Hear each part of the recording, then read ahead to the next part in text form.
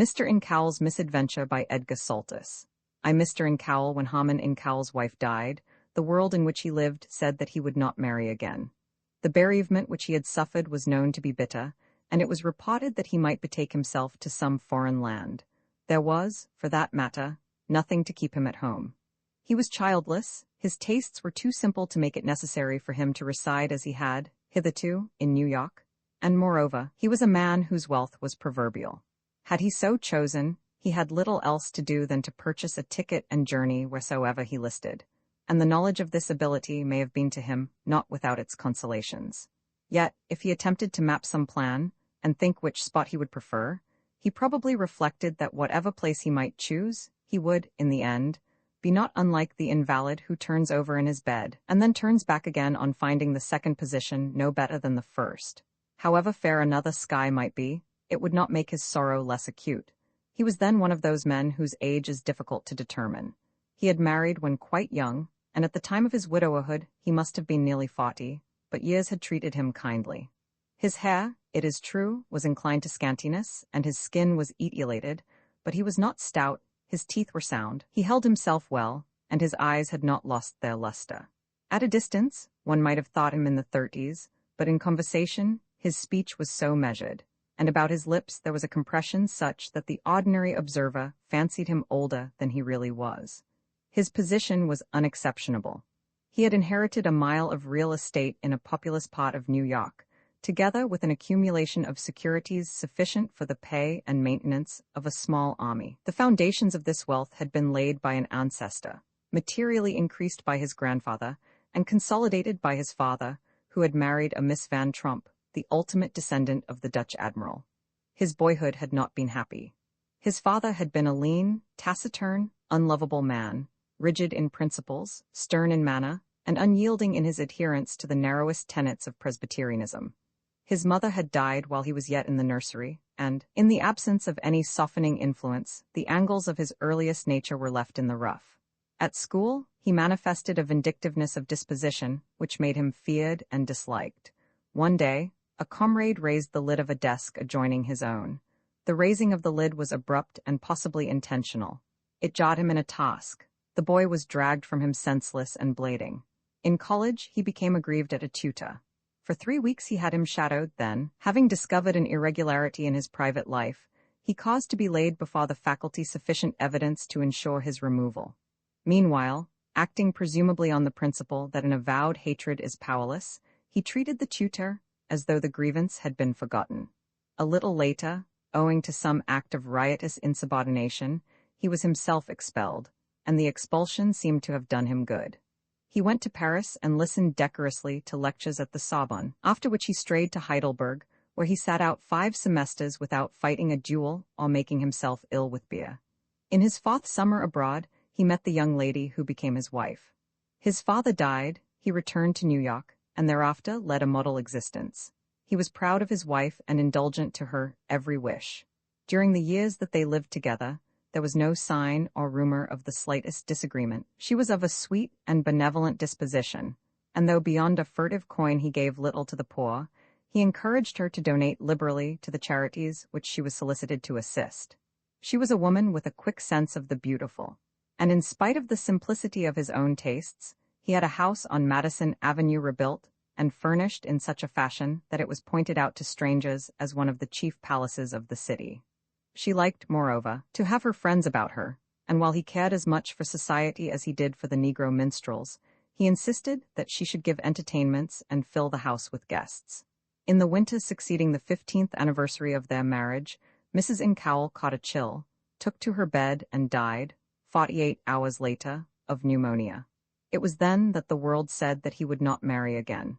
For 2 years he gave the world no reason to say otherwise, and for 2 years time hung heavy on his hands. He was an excellent chess player and interested in archaeological pursuits, but beyond that his resources were limited. He was too energetic to be a dilettante, he had no taste for horseflesh, the game of speculation did not interest him, and his artistic tendencies were few. Now and then, a Mr. Blydenburg, a florid, talkative man, a widower like himself, came to him of an evening, and the chessboard was prepared, but practically his life was one of solitude, and the solitude grew irksome to him. Meanwhile, his wound healed as wounds do. The cicatrix perhaps was ineffaceable, but at least the smart had subsided, and in its subsidence he found that the great house in which he lived had taken on the silence of a tomb. Soon he began to go out a little. He was seen at meetings of the Archaeological Society, and of an afternoon he was visible in the park. He even attended a reception given to an English thinker, and one night applauded Salvini. At first he went about with something of that uncertainty which visits one who passes from a dark room to a bright one, but in a little while his early constraint fell from him, and he found that he could mingle again with his fellows. At some entertainment he met a delicious young girl, Miss Maida Barhyte by name, whom for the moment he admired impersonally, as he might have admired a flower, and until he saw her again, forgot her very existence. It so happened, however, that he saw her frequently. One evening he sat next to her at a dinner, and learning from her that she was to be present at a certain reception, made a point of being present himself.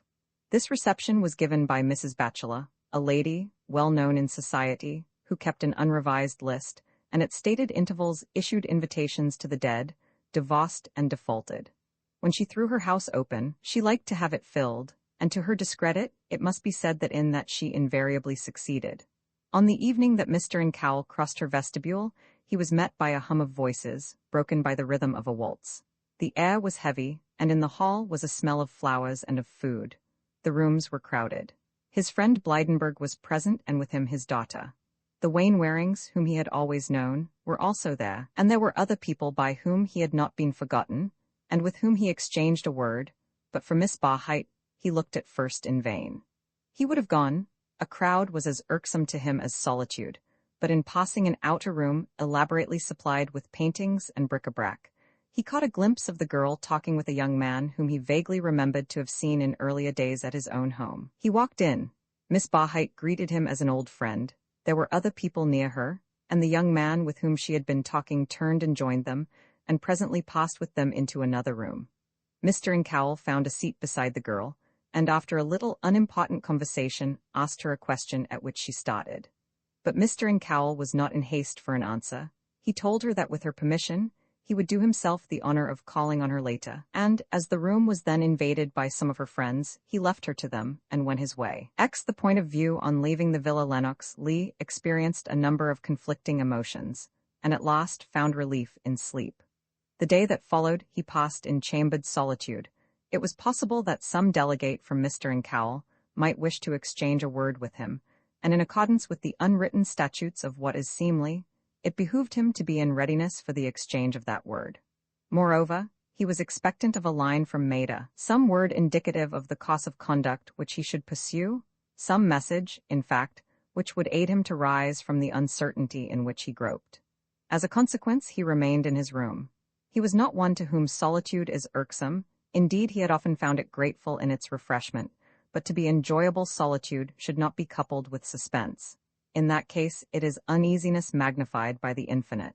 And if fear be analyzed, what is it save the dread of the unknown? When the nerves are unstrung, a calamity is often a tonic. The worst that can be has been done, the blow has fallen, and with the falling fear vanishes, hope returns, the healing process begins at once. The uneasiness which visited Lennox Lee came precisely from his inability to determine whether or not a blow was impending. As to the blow, he cared, in the abstract, very little. If it were to be given, let it be dealt and be done with. That which alone troubled him was his ignorance of what had ensued after his meeting with Mr. Incoul, and his incapacity to foresee in what manner the consequences of that meeting would affect his relations with Mr. Incoul's wife. In this uncertainty, he looked at the matter from every side, and that he might get the broadest view, he recalled the incidents connected with the meeting. The facts of the case seemed then to resolve themselves into this.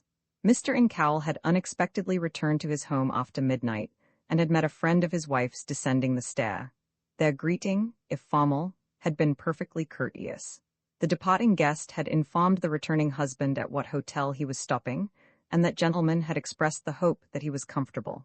Certainly, there was nothing extraordinary in that. People who dwelled in recondite regions might see impropriety in a call that extended up to and beyond midnight, whereas others who lived in more liberal centers might consider it the most natural thing in the world. It was, then, merely the point of view, and what was the point of view which Mr. Incoul had adopted? If he considered it an impropriety, why had he seemed so indifferent? And if he considered it natural and proper, why should he have been so damned civil? Why should he have expressed the hope that his wife's guest was comfortable at a hotel? Was the expression of that hope merely a commonplace rejoinder, or was it an intentional slur? Surely, everyone possessed of the brain of a medium-sized rabbit feels that it is as absurd to expect an intelligent being to be comfortable in a hotel as it is to suppose that he can find enjoyment in an evening party or amusement in a comic paper. Then again, and this, after all, was the great question, was the return of Mr. Incoul intentional or accidental? If it was intentional, if he had gone away intending that he would be absent all night merely, that by an unexpected return he might verify any suspicions which he may have harbored, then in driving to his door in a rumbling coach he had shown himself a very poor plotter. On the other hand, if the return were accidental, had it served to turn a suspicionless husband into a suspicious one? And if it had so served, how far did those suspicions extend? Did he think that his wife and her guest had been occupied with aimless chit-chat, or did he believe that their conversation had been of a personal and intimate nature? As Lennox pondered over these things, it seemed to him that, let Mr. Incoul suspect what he might, the one and unique cause for apprehension lay in the attitude which Maida had assumed when her husband, after closing the door, had gone to her in search of an explanation. That he had so gone there was to him no possible doubt, and it was in the expectancy of tidings as to the result of that explanation that he waited the entire day in his room. But the afternoon waned into dusk, and still no tidings came. As the hours wore on, his uneasiness decreased. "Bah!" he muttered to himself at last. "In the winter I gave all my mornings to Pirho and Misadventure, and here 6 months later during an entire day I bother myself about eventualities." He sighed wearily with an air of self-disgust, and rising from the sofa on which his meditations had been passed, he went to the window. The casino opposite was already illuminated. "They will be there tonight," he thought. "I have been a fool for my pains. If Maida hasn't written, it is because there has been nothing to write. I will look them up after dinner, and everything will be as before." He took off his morning suit and got himself into evening dress. He tied his white cravat without emotion, with a precision that was geometric in its accuracy, and to hold the tie in place, he ran a silver pin through the collar without so much as pricking his neck. He was thoroughly at ease. The fear of the blow had passed. Pirho, Misadventure, the whole corps of ataraxists had surged suddenly and rescued him from the toils of the inscrutable. At a florist's in the street below, he found an orchid with which he decked his buttonhole, and then in search of dinner, he sauntered into Helda's, a restaurant on the main street, a trifle above the Grand Hotel. It was crowded. There did not seem to be a single table unoccupied. He hesitated for a moment and was about to go elsewhere when he noticed someone signaling to him from the remoter end of the garden. He could not at first make out who it was, and it was not until he had made use of a monocle that he recognized a fellow Baltimorean, Mr. Clarence May, with whom in days gone by he had been on terms approaching those of intimacy. Mr. Clarence May, more familiarly known as Clara, was a pigeon shooter who for some years past had been promenading the side scenes of continental life. He was well known in the penal colonies of the Riviera, and hand in glove with some of the most distinguished Rastaquouas, yet did he happen in a proscenium it was by accident. In appearance he was not beautiful. He was a meagre little man, possessed of vague features and an allowance of sandy hair so undetermined that few were able to remember whether or not he wore any on his face. When he spoke, it was with a slight stutter, a trick of speech which he declared he had inherited from his wet nurse. He rose from his seat, and hurrying forward, greeted Lennox as though he had seen him the week before.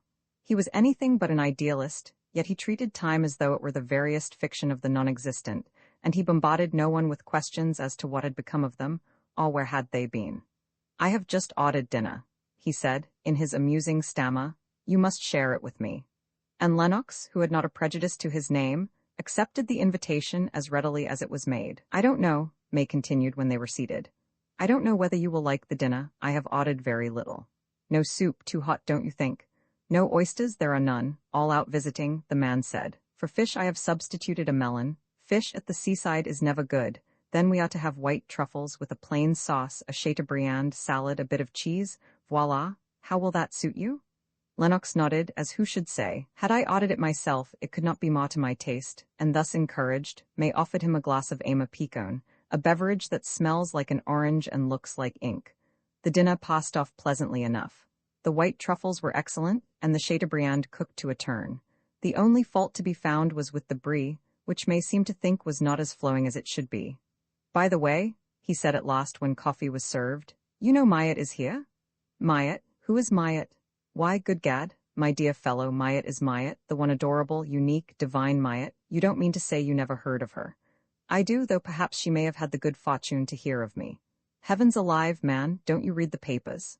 Lennox smiled. "Why should I? I am not interested in the community. It might be stricken with dry rot, elephantiasis, and plica polonica for aught I care. Besides, there is nothing in them. The English papers are all advertisements and aridity. The French are frivolous and obscene. I mind neither frivolity nor obscenity. Both have their uses, as flowers and cesspools have theirs, but I object to them served with my breakfast.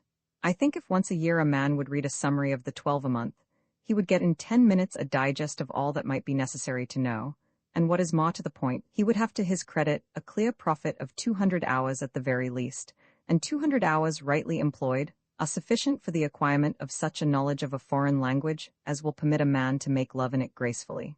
No, I seldom read the papers, so forgive my ignorance as to Myatt. After such an explanation I shall have to, but if you care to learn by word of mouth that which you decline to read in print, Myatt is premier sujet. In the ballet, you mean? Yes, in the ballet, and I can't for the life of me think of a ballet without her. She must have gone to your head, and to everyone's who has seen her. You say she is here? Yes, she'll be at the casino tonight. I'll present you if you say so. I might take a look at her, but I fancy I shall be occupied elsewhere. As you like. May drew out his watch. It's after 9, he added. If we are going to the casino, we had better be teetotaling. On the way there May entered a tobacconist's, and Lennox waited for him without. As he loitered on the curb, Blydenburg rounded an adjacent corner. "Well," exclaimed the latter, "you didn't see our friends off." "What friends?" "The Incouls, of course. Didn't you know that they had gone?" Lennox looked at him blankly. "Gone?" he echoed. "Yes, they must have sent you word. Incoul seemed to expect you. They have gone up to Paris." "If I had known beforehand," Mr. Blydenburg rambled on, but Lennox no longer listened. It was for this, then, that he had been bothering himself the entire day. The abruptness of the departure mystified him, yet he comforted himself with the thought that had there been anything abnormal, it could not have escaped Blydenburg's attention. "And you say they expected me?" he asked at last. "Yes, they seem to. Incoul left goodbye for you. When you get to Paris, look them up." While he was speaking, May came out from the tobacconist's. "I will do so," Lennox said, and with a parting nod he joined his friend. As he walked on down the road to the casino, Mr. Blydenburg looked musingly after him. He would not be a bad match for Milly, he told himself, not a bad match at all, and thinking that perhaps it might be but a question of bringing the two young people together, he presently started off in search of his daughter and led her, lamb-like, to the casino. But once there, he felt instinctively that for that evening, at least, any bringing together of the young people was impossible. Lennox was engaged in an animated conversation with a conspicuously dressed lady, whom, Mr. Blydenburg learned on inquiry, was none other than the notorious Emil Myatt, of the Théâtre National de l'Opéra. Roman 11, the house in the Parc Monceau. There had been a crash in Wall Street. 2 of the best houses had gone under. Of one of these, the senior partner had recourse to the bare bodkin. For several years previous, his wife had dispensed large hospitality from a charming hotel just within the gates of the Parc Monceau. At the news of her ruined widowhood, she fled from Paris. In a week, it was only her creditors that remembered her. The hotel was sold under the hammer. A speculator bought it, and while waiting a chance to sell it again at a premium, offered it for rent, fully furnished as it stood. This by the way. After the dinner in Spain, Mr. Incoul passed some time in thought. The next morning he sent for Call, and after a consultation with him, he went to the square that overhangs the sea, entered the telegraph office, found a blank, wrote a brief message, and after attending to its dispatch, returned to the villa. His wife was in the library, and as he entered the room, the maître d'hôtel announced that their excellencies were served. Maida had never been more bewildering in her beauty. Her lips were moist, and under her polo blue eyes were the faintest of semicircles. "Did you enjoy your trip to Fuenterrabia?" she asked. "Exceedingly," he answered, but he did not enter into details, and the breakfast was done before either of them spoke again. At last, as Maida rose from the table, Mr. Incoul said, "We leave for Paris at 5 this afternoon. I beg you will see to it that your things are ready." She steadied herself against a chair. She would have spoken, but he had risen also and left the room. For the time being her mind refused to act. Into the fibers of her, there settled that chill which the garb and aspect of a policeman produces on the conscience of a misdemeanant. But the chill passed as policemen do, and a fever came in its place. To hypnotize her thoughts, she caught up an English journal. She read of a cocoa that was grateful and comforting, the praises of Pear's soap, an invitation from Mr. Streeter to view his wares, a column of testimonials on the merits of a new pill, appeals from societies for pecuniary aid. She learned that a doré was on exhibition in New Bond Street, that Lady Grenville, the Oaks, Market Litchfield, was anxious to secure a situation for a most excellent under-housemaid, that money in large amounts or small could be obtained without publicity on simple note of hand by applying personally or by letter to Moss and Lewes, Golden Square. She found that a harmless, effective, and permanent cure for corpulency would be sent to any part of the world, post-paid, on receipt 12 stamps, and that the Junior Macready Club would admit a few more members without entrance fee. She read it all determinedly, by sheer effort of will, and at last in glancing over an oasis her eye fell upon a telegram from Madrid which stated cholera had broken out afresh. She took the paper with her and hurried from the room. In the hall her husband stood talking to Call. She went to him and pointed to the telegram. "Is it for this we are to leave?" she asked. He read the notice and returned it. "Yes," he answered, "it is for that." And then it was that both chill and fever passed away. The journey from Biarritz was accomplished without incident. On their previous visit to Paris, they had put up at the Bristol, and to that hostelry they returned. The manager had been notified, and the yellow suite overlooking the Place Vendôme was prepared for their reception. On arriving, Maida went at once with her maid to her room. Mr. Incoul changed his clothes, passed an hour at the Hammam, breakfasted at Voisin's, and then had himself driven to a house agent. The clock, a man of fat and greasy presence, gave him a list of apartments, marking with a star those which he thought might prove most suitable. Mr. Incoul visited them all. He had never lived in an apartment in Paris, and the absence of certain conveniences perplexed him. The last apartment of those that were starred was near the Arc de Triomphe. When he had been shown it over he found a seat, and heedless of the volubility of the concierge, rested his head in his hand and thought. For the moment it seemed to him as though it would be best to return to New York, but there were objections to that, and reflecting that there might be other and better arranged apartments, he left the chattering concierge and drove again to the agent's. "I have seen nothing I liked," he said simply. At this, the clock expressed his intense surprise. The apartment in the Avenue Montaigne was everything that there was of most fine, and wait, the Hospodar of Wallachia had just quitted the one in the Rue de Presbourg. "It astonishes me much," he said. The astonishment of the clock was to Mr. Incoul a matter of perfect indifference. "Have you any private houses?" he asked. "Ah, yes, particular hotels." Yes, there was one near the Trocadero, but for his part he found that the apartment in the Avenue Montaigne would fit him much better. "But now that I am there," he continued, "I recall myself of one that is enchanter as a subjunctive. I engage you to visit it." And thereupon he wrote down the address of the house in the Parc Monceau. It was not, Mr. Incoul discovered, a large dwelling, but the appointments left little to be desired. In the dressing-rooms was running water, and each of the bedrooms was supplied with gas fixtures. He touched one to see if it were in working order, and immediately the escaping ether assured him that it was. He sniffed it with a feeling akin to pleasure. One would have thought that since he left Madison Avenue, he had not enjoyed such a treat. There was gas to be found in the dining room, but the reception rooms were furnished with lamps and candelabras. The bedrooms were on the floor above. One of these overlooked the park. There was a dressing room next to it, but to the two rooms there was but one entrance, and that from the hall. This little suite, Mr. Incoul resolved, should be occupied by his wife. Beyond, across the hall, was a sitting room, and at the other end of the house was a second suite, which Mr. Incoul mentally selected for himself. He returned to the agent, and informed him that the house suited him, an announcement which the man received with an air of personal sympathy. "Is it not?" he exclaimed. It made the mouth champagne nothing but to think there. And again, one was at home with one's self. Truly, the hotel was beautiful as a boulevard. Monsieur would never regret himself of it. And had Monsieur servants? No, good then. Let Monsieur not disquiet himself. He who spoke knew of a cook, veritably a blue ribbon, and as to masters of hotel, why, anointed name of a dog, not later than yesterday. He had heard that Baptiste, He who had served the family of Cantacuzene, Monsieur knew her, without doubt, came to be free. In many respects, Paris is not what it might be. The shops are vulgar in their ostentation. Were Monte Cristo to return, he would find his Splenda cheap and commonplace. In a city where Asiatic magnificence is sold from misfit and remnant counters by the ton, where emeralds lodge as swallows' eggs ought to be had in the side streets at a discount, where agents are ready to provide everything from an opera-seria to a shoelace, the Badauds have lost their ability to be startled. Paris, moreover, is not what it was.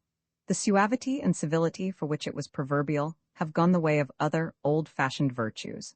The wit which used to run about the streets never by any chance enters a salon. Save in China, a more rapacious set of bandits than the restaurateurs and shopkeepers do not exist.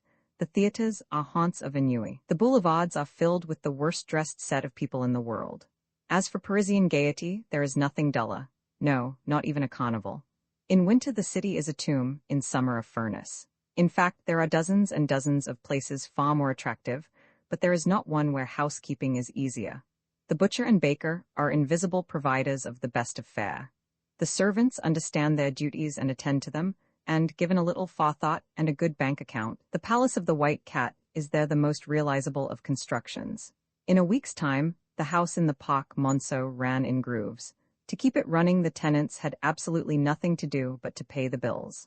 For this function, Mr. Incoul was amply prepared, and that the establishment should be on a proper footing, he furnished an adjacent stable with carriages, grooms, and hoss. Roman 12. Mr. Incoul is preoccupied. Mr. Incoul's attitude to his wife had, meanwhile, in no wise altered. To an observer, nay, to Maida herself, he was as silent, methodical, and self-abnegatory as he had been from the first. He had indeed caused her to send a regret to Ballista, without giving any reason why the regret should be sent, but otherwise he showed himself very indulgent. He cared little for the stage, yet to gratify Maida he engaged boxes for the season at the Franchise and at the Opera. Now and then in the early autumn, when summer was still in the air, he took her to dine in the Bois, at Madrid or Armenonville, and drove home with her in the cool of the evening, stopping, perhaps, for a moment at some one of the different concerts that lined the Champs-Élysées. And sometimes he went with her to Versailles, and at others to Vincennes, and one Sunday to Bougival. But there Maida would never return. It was crowded with a set of people, the like of which she had never seen before, with women whose voices were high-pitched and unmodulated, and men in queer coats who stared at her and smiled if they caught her eye. But with the first tingle that accompanies the falling leaves, the open-air restaurants and concerts closed their doors. There was a succession of new plays which Vitu always praised and Saucy always damned. The verdict of the latter gentleman, however, did not affect Maida in the least. She went bravely to the Odeon and liked it, to the Cluny where she saw a shocking play that made her laugh till she cried. She went to the Nations and saw La Cressonnière, and shuddered before the art of that wonderful actor. At the Gymnase, she saw the Maître des Forges, and when she went home her eyes were wet. She saw Nitouch and would have willingly gone back the next night to see it again. Even Mr. Incoul smiled. Nothing more irresistibly amusing than Baron could be imagined. She saw, too, Bautet and Delaunay, and for the first time heard French well spoken. But of all entertainments, the opera pleasured her most. Already, under Maupassant's reign, she had wearied of mere sweetness in music. She felt that she would enjoy Wagner, and even planned a pilgrimage to Bayreuth, but meanwhile Mabia had the power to intoxicate her very soul. The septet in the second act of L'Africaine affected her, as had never anything before. It vibrated from her fingertips to the back of her neck. The entire score, from the opening notes of the overture to the farewell of Zuleikas that fuses with the murmur of the sea, thrilled her with abrupt surprises, with series and excesses of delight. There were, of course, many evenings when neither opera nor theatre was attractive, and on such evenings invitations from resident friends and acquaintances were sometimes accepted, and sometimes open house was held. On these occasions, Maida found herself an envied bride. It was not merely that her husband was rich enough to buy a principality and hand it over for charitable purposes. It was not merely that he was willing to give her everything that feminine heart could desire. It was that, however crowded the halls might be, he seemed conscious of the existence of but one woman, and that woman was his wife. There were triflers who said that this attitude was bourgeois. There were others, more witty, who said that it was immoral. But be this as it may, the South American highwaymen, who called themselves generals, the Russian princesses, the Romanian boyads, the attachés, ambassadors, and other accredited bars, the contingent from the Faubourg, the American residents who, were they sent in a body to the rack, could not have confessed to an original thought among them, all these, together with a sprinkling of Spaniards and English. The tout Paris, in fact, agreed, as it was intended they should, on this one point, to wit, that Mr. Incoul was the most devoted of husbands. And such apparently he was. If Maida had any lingering doubts as to the real reason of their return to Paris, little by little they faded. After her fright she made with herself several little compacts, and that she might carry them out the better, she wrote to Lennox a short, decisive note. She determined that he should never enter her life again. It was no longer his, he had let it go without an effort to detain it, and in Biarritz, if it had seemed that he still held the key of her heart, it was owing as much to the unexpectedness of his presence as to the languors of the afternoons. In marrying, she had meant to be brave. Indeed, she had been so, when there was no danger. And if in spite of her intentions she had faltered, the faltering had at least served as a lesson which she would never need to learn again. Over the cinders of her youth she would write a requiescat. Her girlhood had been her own to give, but her womanhood she had pledged to another. As she thought of these things, she wondered at her husband. He had done what she had hardly dared to expect. He had observed their antenuptial agreement to the letter. A brother could not have treated her with greater respect. Surely if ever a man set out to win his wife's affection, he had chosen the surest way. And why had he so acted if it were not as he had said, that given time and opportunity he would win her affection? He was doing so, Maida felt, and with infinitely greater speed than she had ever deemed possible. Beside, if the mangled remnants of her heart seemed attractive, why should he be debarred from their possession? Yet that was precisely the point. He did not know of the mangled remnants. He thought her heart whole and virginal. But what would he do if he learned the truth? And as she wondered, suddenly the consciousness came to her that she was living with a stranger. Heretofore she had not puzzled over the possible intricacies of her husband's inner nature. She had known that he was of a grave and silent disposition, and as such she had been content to accept him, without question or query. But as she collected some of the scattered threads and memories of their life in common, it seemed to her that latterly he had become even graver and more silent than before. And this merely when they were alone. In the presence of a third person, when they went abroad as guests, or when they remained at home as hosts, he put his gravity aside like a garment. He encouraged her in whatever conversation she might have engaged in. He aided her with a word or a suggestion. He made a point of consulting her openly, and smiled approvingly at any bright remark she chanced to make. But when they were alone, unless she personally addressed him, he seldom spoke, and the answers that he gave her, while perfectly courteous in tone and couching, struck her, now that she reflected, as automatic, like phrases learned by rote. It is true they were rarely alone. In the mornings he busied himself with his correspondence, and in the afternoons she found herself fully occupied with shops and visits, while in the evenings there was usually a dinner, a play, or a reception, sometimes all three.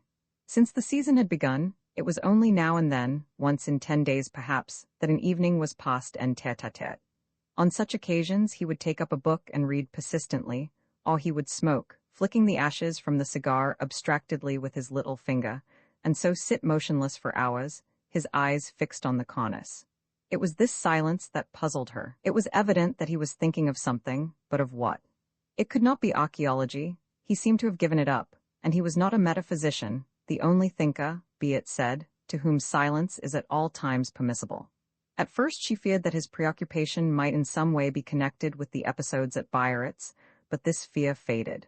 Mr. Incoul had been made a member of the Cercle des Capucines, and now and then looked in there ostensibly to glance at the papers, or to take a hand at whist. One day he said casually, "I saw your friend Lee at the club. You might ask him to dinner." The invitation was sent, but Lennox had regretted.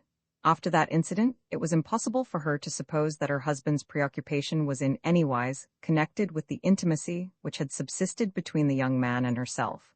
There seemed left to her, then, but one tenable supposition. Her husband had been indulgence personified. He had been courteous, refined, and foreseeing, in fact a gentleman, and if silent, was it not possible that the silence was due to a self-restraining delicacy, to a feeling that did he speak he would plead, and that, perhaps, when pleading would be distasteful to her? To this solution Maida inclined. It was indeed the only one at which she could arrive, and moreover, it conveyed that little bouquet of flattery which has been found grateful by many far less young and feminine than she.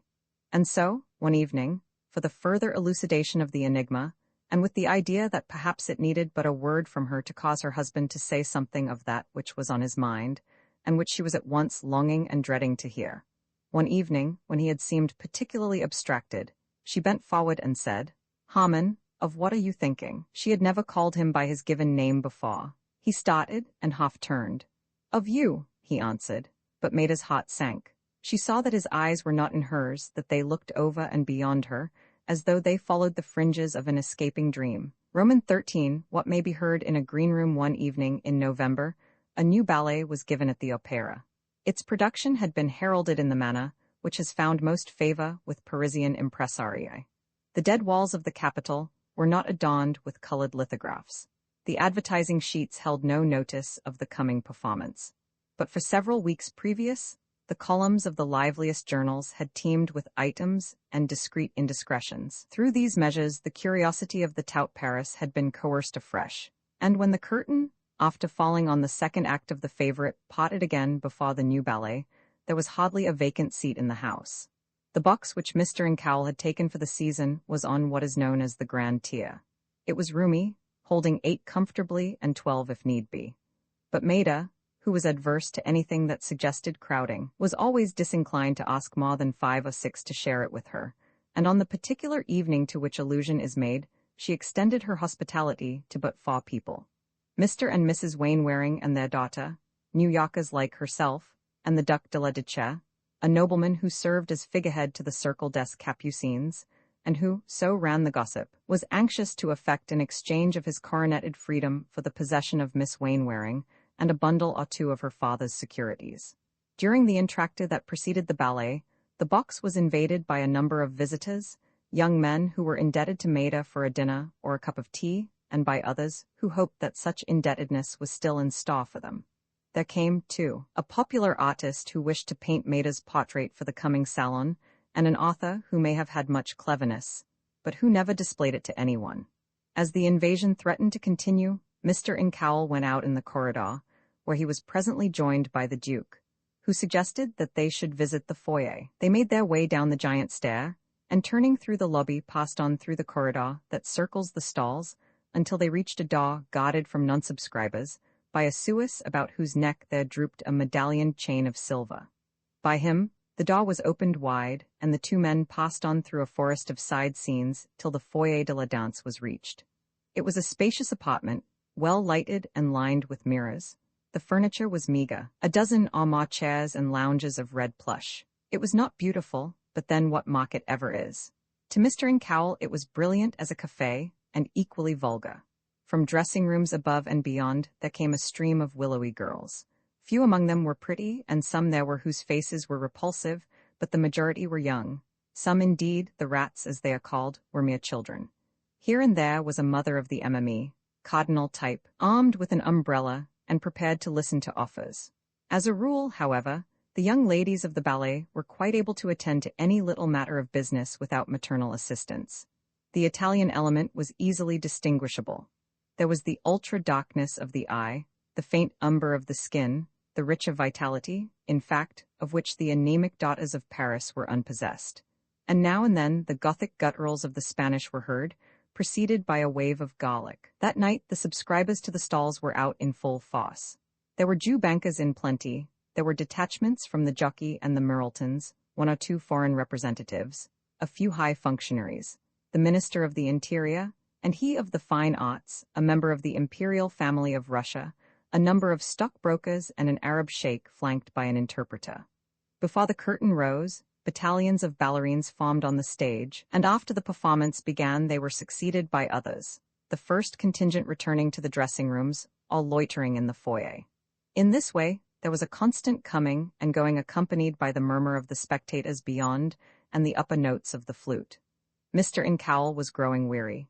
He would have returned to the box, but he was joined by acquaintances that he had made at the club, Frenchmen mainly, friends of his companion, and presently he found himself surrounded by a group of vieux, men about town, who had their Paris at the end of their gloves, and to whom it held no secrets. They had dined and talked animatedly in ends and remnants of phrases in a sort of verbal telegraphy, an exclamation helped by a gesture sufficing as often as not for the full conveyance of their thought. Mr. Incoul spoke French with tolerable ease, but having nothing of moment to say, he held his tongue, contenting himself with listening to the words of those who stood about him. And as he listened, the name of Myatt caught his ear. The program had already informed him that it was she who was to assume the principal role in the new ballet. Consequently, he was not unfamiliar with it, but of the woman herself he knew nothing, and he listened idly, indifferent to ampler information. But at once his interest quickened. His immediate neighbor had mentioned her in connection with one whom he knew. They came up from Biarritz together, he heard him say. She went there with Chose, that Russian. Balaguine? Precisely. What did she do with him? Found the Tata, I fancy. And then, voila, this young American is mad about her. He is rich then? What would you? An American they are at all. Yes, a rich one always wins. How mean you? This, he plays back at the Capucines, his banks are fructuous. Ah, as to that. And the first speaker shrugged his shoulders. A rustle circled through the foyer, men stood aside and nodded affably. The lights took on a fairer glow. Stay, murmured the second speaker, she is there. Through the potting crowd Myatt passed with a carriage such as no queen, save perhaps Semiramis, ever possessed. She moved from the hips, her body was erect and unswayed. It was the perfection of artificial grace. Her features were not regular, but there was an expression in them that stirred the pulse. Je suis l'âme, she seemed to say, and to add, prends garde a toi. As she crossed the room, men moistened their lips, and when she had gone, they found them still parched. Mr. Incoul followed her with his eyes. She had not left him unimpressed, but his impression differed from that of his neighbors. In her face his shrewdness had discerned nothing but the animal and the greed of unsatiated appetites. He watched her pass, and stepped from the group in which he had been standing that he might the better follow her movements. From the foyer she floated on into a side scene, yet not near enough to the stage to be seen by the audience. A few machinists moved aside to let her pass, and as they did so Mr. Incoul saw Lennox Lee. It was evident that he had been waiting there for her coming. There was a scarf about her neck, and as the young man turned to greet her, she took it off and gave it into his keeping. They whispered together. Beyond, Mr. Incoul could see the tulle of the ballet rising and subsiding to the rhythm of the orchestra. Then came a sudden blare of trumpets. The measure swooned, and as it recovered again, the ballet had faded to the back of the stage. Abruptly, as though sprung from a trapdoor, a régisseur appeared, and at a signal from him Myatt, with one quick backward stroke to her skirt, bounded from the side scene and fluttered down to the footlights amid a crash and thunder of applause. Mr. Incoul had heard and seen enough. His mind was busy. He felt the need of fresh air and of solitude. He turned into the corridor, and from there went through the vestibule until he reached an outer door, which he swung open and passed out into the night. He was thinly clad, in evening dress, and the air was chilly, but he thought nothing of his dress nor of the warmth or chill of the air. He walked up and down before the building with his head bent and his hands behind his back. A Camelot offered him a pack of transparent cards, a vendor of programs pestered him to buy, but he passed them unheeding. For fully half an hour he continued his walk, and when he re-entered the box, Maida, who of late had given much attention to his moods, noticed that his face was flushed, and that about his lips there played the phantom of a smile. Roman fought Incoul grows a moustache for several days. Mr. Incoul was much occupied. He left the house early and returned to it late. One afternoon he sent for Call. Since the return to Paris, the courier's duties had not been arduous. They consisted chiefly in keeping out of the way. On this particular afternoon he was not immediately discoverable, and when at last he presented himself, it was in the expectation that the hour of his dismissal had struck. He bowed, nevertheless, with the best grace in the world, and noticing that his employer's eyes were upon him, gazed deferentially at the carpet. Mr. Incoul looked at him in a contemplative way for a moment or two. "Call," he said at last, and Call raised his eyes. "Yes, sir. Have you any objections to shaving your whiskers?" "Aye, sir, not the slightest. I will be obliged if you will do so. This afternoon you might go to Cumberland's and be measured. I have left orders there. Then take a room at the Muris. You have money, have you not? Very good. Keep an account of your expenditures. In a week I will send you my instructions. That will do for today." An hour later Mr. Incoul was watching a game of baccarat at the Circle des Capucines.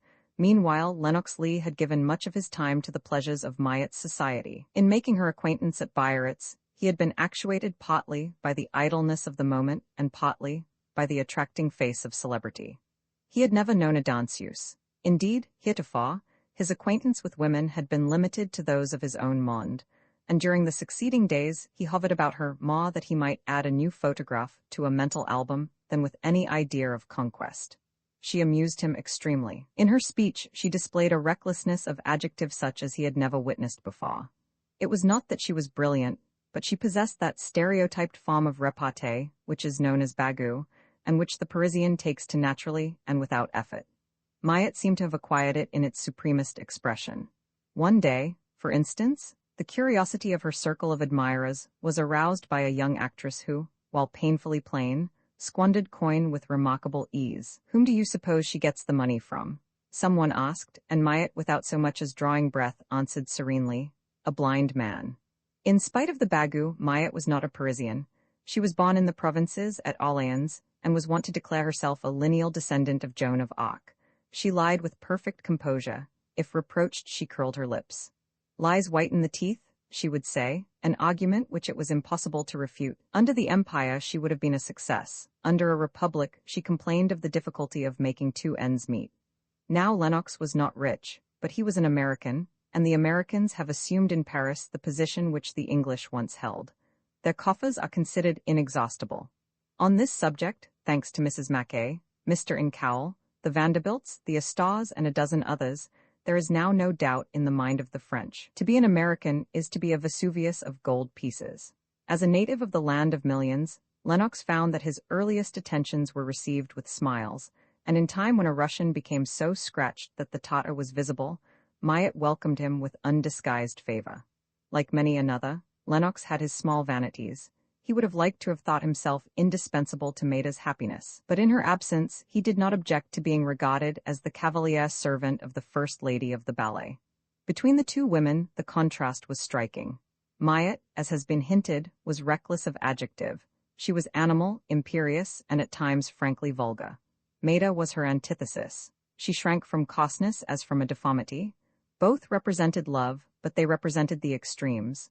One was as ignorant of virtue as the other was unconscious of vice. One was Mylata, the other Psyche. Had the difference been less accentuated, it would have jarred.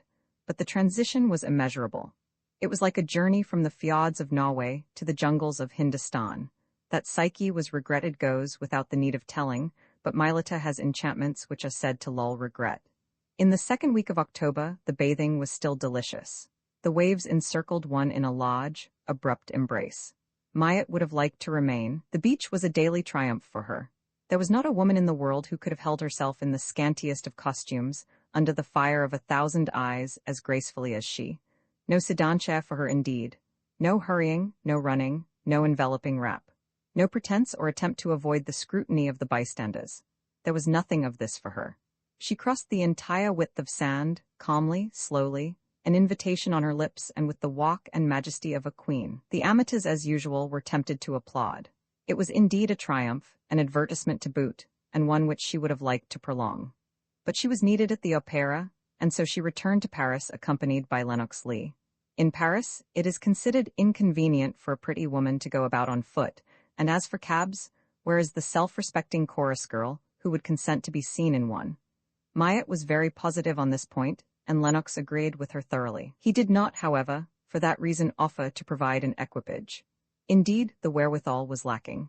He had spent more money at Biarritz than he had intended, perhaps 10 times the amount that he would have spent at Newport or at Cowes, and his funds were nearly exhausted. As everyone is aware, a banker is the last person in the world to be consulted on matters of finance. If a client has money in his pocket, a banker can transfer it to his own in an absolutely painless manner. But if the client's pocket is empty, what banker, out of an opera bouffe, was ever willing to fill it? Lennox reflected over this and was at a loss how to act. The firm on whom his drafts were drawn held nothing on their ledgers to his credit. He visited them immediately on arriving and was given a letter which for the moment he fancied might contain a remittance. But it bore the Paris postmark and the address was in Maida's familiar hand. As he looked at it, he forgot his indigence. His heart gave an exultant throb. He had promised himself that when he met her again, matters should go on very much as they had before, and he had further promised himself that so soon as his former footing was re-established, he would give up Myatt. He was therefore well pleased when the note was placed in his hands. It had a faint odor of orris, and he opened it as were he unfolding a lace handkerchief. But from what has gone before it will be understood that his pleasure was short-lived. The note was brief and categoric. He read it almost at a glance, and when he had possessed himself of the contents, he felt that the determination conveyed was one from which there was no appeal, or rather one from which any appeal would be useless. He looked at the note again. The handwriting suggested an unaccustomed strength, and in the straight, firm strokes he read the irrevocable. "It is done," he muttered. "I can write Finney's over that." He looked again at the note and then tore it slowly into minute scraps and watched them flutter from him. He went out to the street, and there his earlier preoccupation returned. It would be a month at least before a draft could be sent, and meanwhile, though he had enough for his personal needs, he had nothing with which to satisfy Myatt's caprices. Et ln avate, cette dame?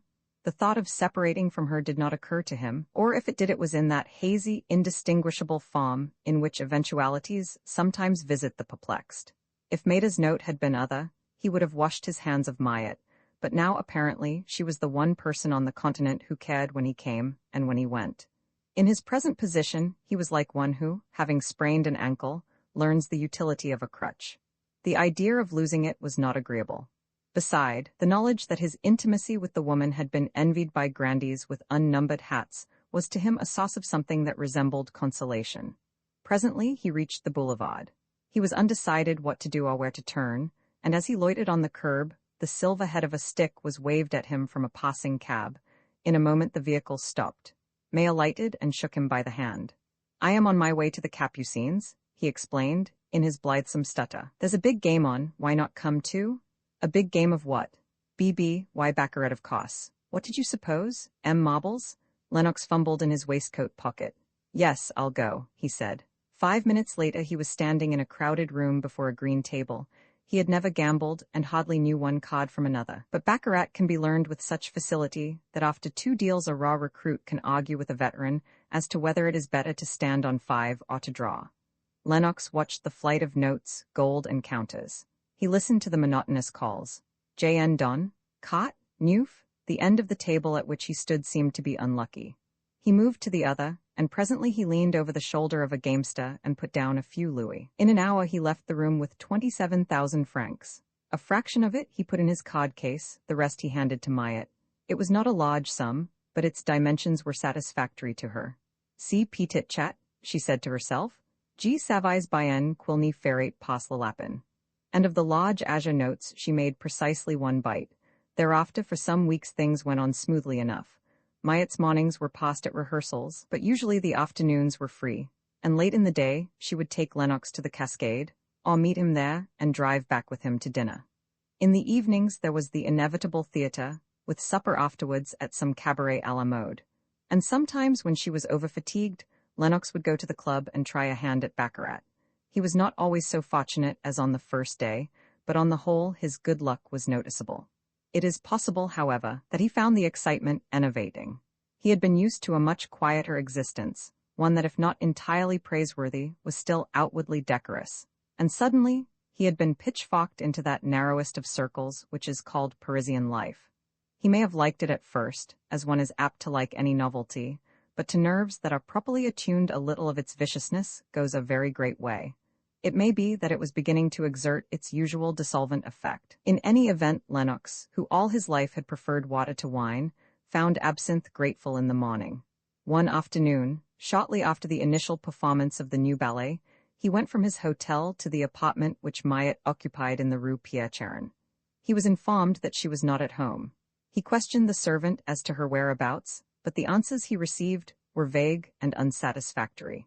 He then drove to the Cascade, but Myatt did not appear. After dinner he made sure of finding her. In this expectation he was again disappointed. The next day his success was no better. He questioned the servant uselessly. Madame was not at home, she had left no word. To each of his questions the answer was invariable. It was evident that the servant had been coached, and it was equally evident that at least for the moment his companionship was not a prime necessity to the first lady of the ballet. As he left the house, he bit his lip. That Myatt should be capricious was quite in the order of things, but that she should treat him like the first comer was a different matter. When he had last seen her, her manner had left nothing to be desired, and suddenly, without so much as a PPC, her door was shut, and not shut as it might have been by accident. No, it was persistently, purposely closed. Presently he reached the Champs-Élysées. It was Sunday. A stream of carriages flooded the avenue, and the sidewalks were thronged with ill-dressed people. The crowd increased his annoyance. The possibility of being jostled irritated him. The spectacle of dawdling shopkeepers filled him with disgust. He hailed a cab in which to escape. The driver paid no attention. He hailed another. The result was the same, and then, in the increasing exasperation of the moment, he felt that he hated Paris. A fat man with pursed lips and an air of imbecile self-satisfaction brushed against him. He could have turned and slapped him in the face. Without, however, committing any overt act of violence, he succeeded in reaching his hotel. There he sought the reading room, but he found it fully occupied by one middle-aged Englishwoman, and leaving her in undisturbed possession of the Times, he went to his own apartment.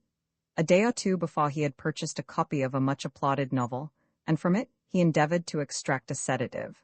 Mechanically, he turned the pages. His eyes glanced over and down them, resting at times through fractions of an hour on a single line, but the words conveyed no message to his mind.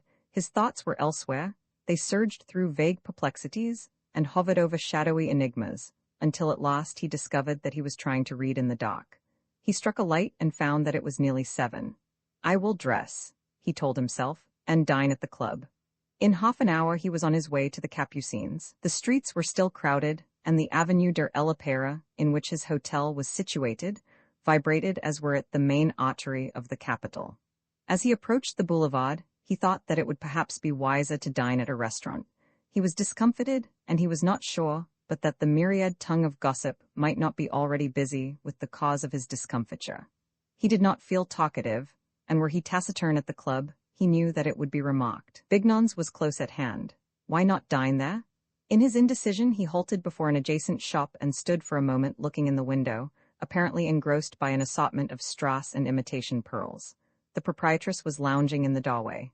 "Si Monsieur veut entrer," she began seductively, but he turned from her. As he did so, a brougham drew up before the curb and Myatt stepped from it. Lennox, in his surprise at the unexpected, did not at first notice that a man had also alighted. He moved forward and would have spoken, but Myatt looked him straight in the eyes, as who should say allez-vous faire l'enlaire, mon cher, and passed on into the restaurant. Her companion had hurried a little in advance to open the door, and as he swung it aside and Myatt entered, Lennox caught a glimpse of his face. It was meaningless enough, and yet not entirely unfamiliar. Who is the cad? He wondered. Yet, after all, what difference did it make? He could not blame the man. As for jealousy, the word was meaningless to him. It was his amour-propre that suffered. He smiled a trifle grimly to himself and continued his way. At the corner was a large picture shop. An old man wrapped in a loose fur coat stood at the window, looking at the painting of a little girl. The child was alone in a coppice and seemingly much frightened at the approach of a flock of doves. Unconsciously, Lennox stopped also. He had been so bewildered by the suddenness of the cut that he did not notice whether he was walking or standing still. And so it was for this, he mused, that admittance had been denied him. But why could she not have had the decency to tell him not to come instead of letting him run there like a tradesman with a small bill? Certainly, he had deserved better things of her than that. It was so easy for a woman to break gracefully. A note, a word, and if the man insists, a second note, a second word. After that the man, if he is decently bred, can do nothing but raise his hat and speed the pot in guest. Beside, why would she want to break with him and take up with a fellow who looked like a barber from the Grand Hotel? Who was he anyway? His eyes rested on the picture of the little girl.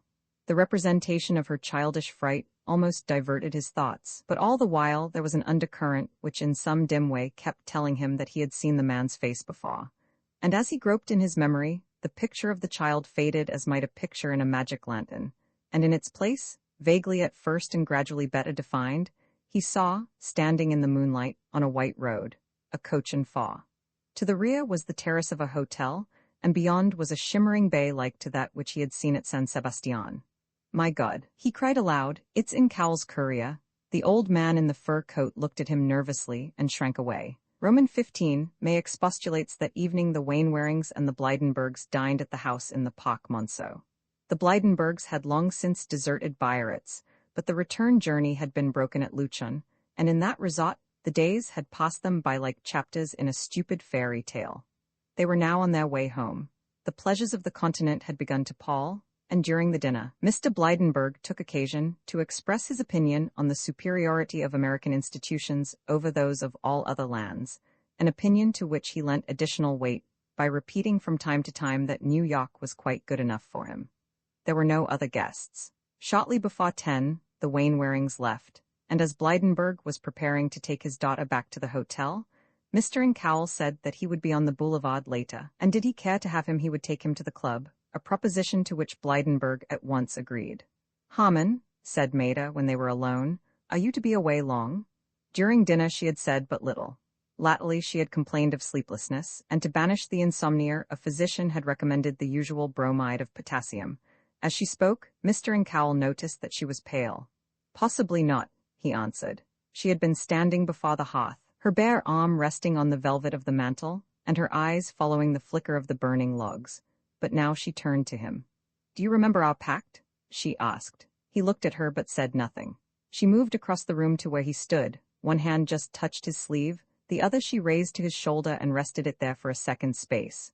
Her eyes sought his own, her head was thrown back a little. From her hair came the perfume of distant oases, her lips were moist and her neck was like a jasmine. "Harmon," she continued in a tone as low as were she speaking to herself, "we have come into our own." And then the caress passed from his sleeve, her hand fell from his shoulder, she glided from him with the motion of a swan.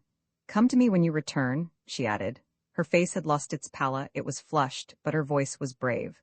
Yet soon, when the door closed behind him, her courage faltered. In the eyes of him whose name she bore, and to whom for the first time she had made offer of her love, she had seen no answering affection, merely a look which a man might give who wins a long-contested game of chess.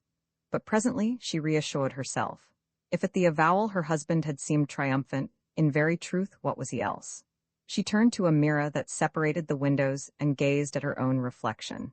Perhaps he did think the winning a triumph. Many another would have thought so, too. She was entirely in white, her arms and neck were unjeweled.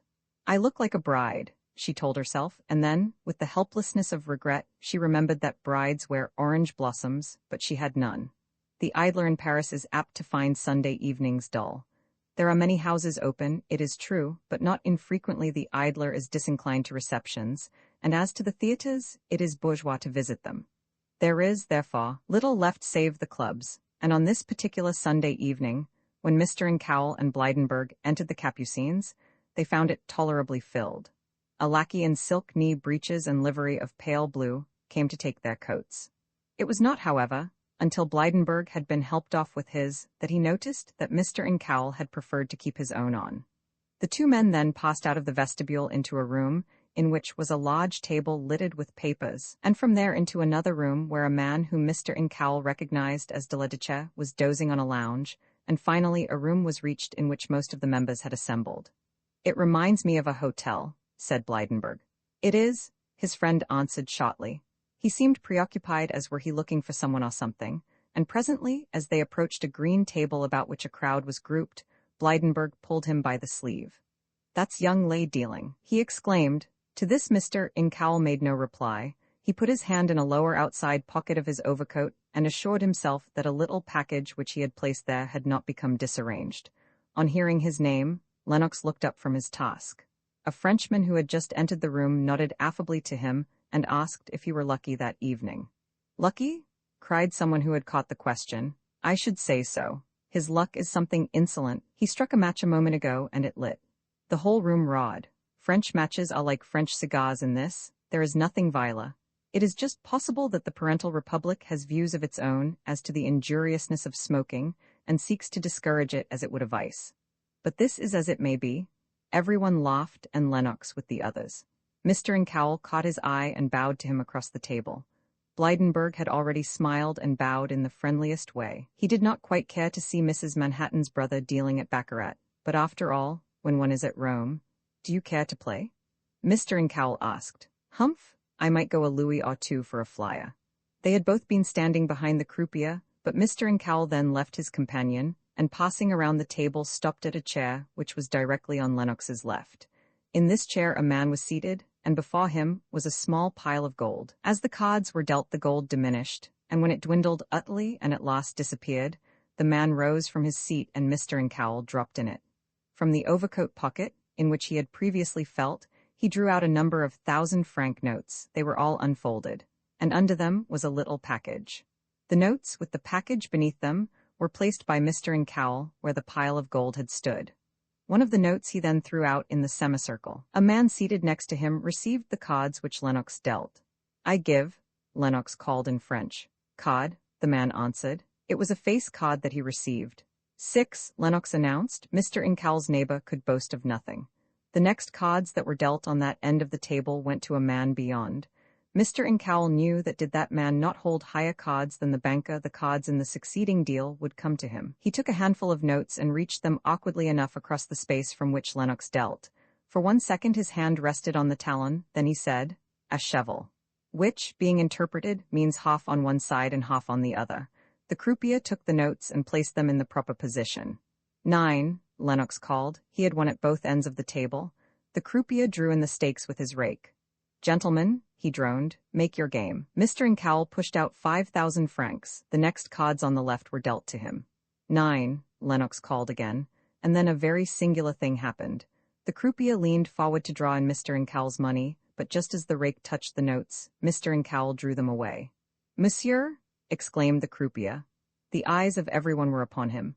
He pushed his chair back and stood up, holding in his hand the 2 cards which had been dealt him. Then throwing them down on the table, he said very quietly, but in a voice that was perfectly distinct, "These cards are marked." A moment before the silence had indeed been great, but during the moment that followed Mr. Incoul's announcement, it was so intensified that it could be felt. Then abruptly words leapt from the mouths of the players and bystanders. The croupier turned, protesting his innocence of any complicity. There may have been some who listened, but if there were any such, they were few. The entire room was sonorous with loud voices. The hubbub was so great that it woke de la Duchesse. He came in at one door rubbing his eyes. At another a crowd of lackeys, startled at the uproar, had suddenly assembled. And by the chair which he had pushed from him and which had fallen backwards to the ground, Mr. Incoul stood, motionless, looking down at Lennox Lee. In the abruptness of the accusation, Lennox had not immediately understood that it was directed against him. But when he looked into the inimical faces that fronted and surrounded him, when he heard the anger of the voices, when he saw hands stretched for the cards which he dealt, and impatient eyes examining their texture, and when at last, though the entire scene was compassed in the fraction of a minute, when he heard an epithet and saw that he was regarded as a Greek, he knew that the worst that could be had been done. He turned, still sitting, and looked his accuser in the face, and in it he read a message which to all of those present was to him alone intelligible. He bowed his head. In a vision like to that which is said to visit the last moments of a drowning man, he saw it all. The reason of Maida's unexplained departure, the coupling of Myatt with a servant, and this supreme reproach made credible by the commonest of tricks, the application of a cataplasm, a new deck of cards on those already in use. It was vengeance indeed. He sprang from his seat. He was a handsome fellow, and the pallor of his face made his dark hair seem darker and his dark eyes more brilliant. "It is a plot," he cried. He might as well have asked alms of statues. The cards had been examined, the macquillage was evident. "Put him out!" 100 voices were shouting. "A la pot?" Suddenly the shouting subsided and ceased. Lennox craned his neck to discover who his possible defender might be, and caught a glimpse of de la Duchesse, brushing with one finger some ashes from his coat sleeve, and looking about him with an indolent, deprecatory air. "Gentlemen," he heard him say, "the committee will act in the matter. Meanwhile, for the honor of the club, I beg you will not increase the scandal." He turned to Lennox and said with perfect courtesy, "Sir, do me the favor to step this way." Through the potting crowd Lennox followed the Duke. In crossing the room he looked about him. On his way he passed the Frenchman who had addressed him 5 minutes before. The man turned aside. He passed other acquaintances. They all seemed suddenly smitten by the disease known as noli me tangere. In the doorway was May. Of him he felt almost sure, but the brute drew back. "Really," he said, "I must expostulate." "Expostulate and be damned," Lennox gnashed at him. "I am as innocent as you are." In an outer room where he presently found himself, de la Duchesse stood lighting a cigar.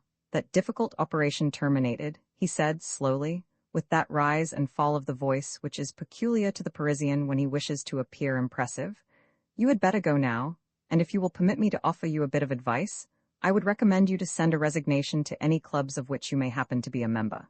He touched a bell. A lackey appeared. Maxime, get this gentleman's coat and see him to the door. Roman 16, the bare bodkin. Presently Lennox found himself on the boulevard. There was a café near at hand, and he sat down at one of the tables that lined the sidewalk. He was dazed as were he in the semi-consciousness of somnambulism. He gave an order absently, and when some drink was placed before him, he took it at a gulp. Under its influence his stupor fell from him.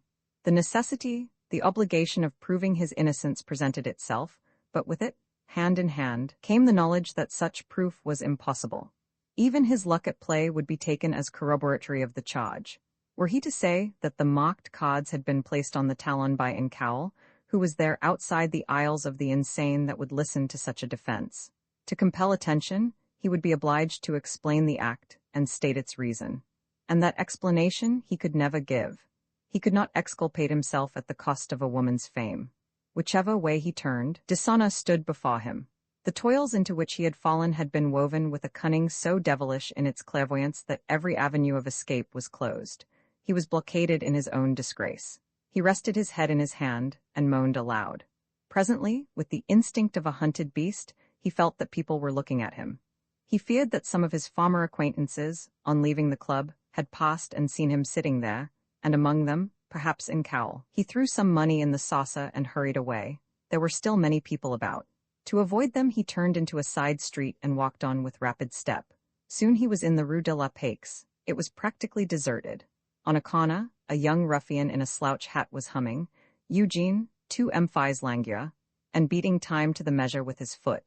Just above the Colonne Vendôme, the moon rested like a vagrant, weary of its amble across the sky, but otherwise the street was solitary.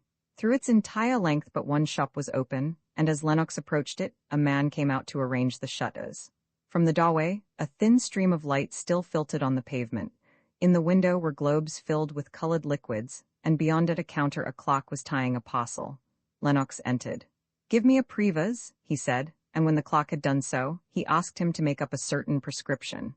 But to this the man objected. He could not, he explained, without a physician's order.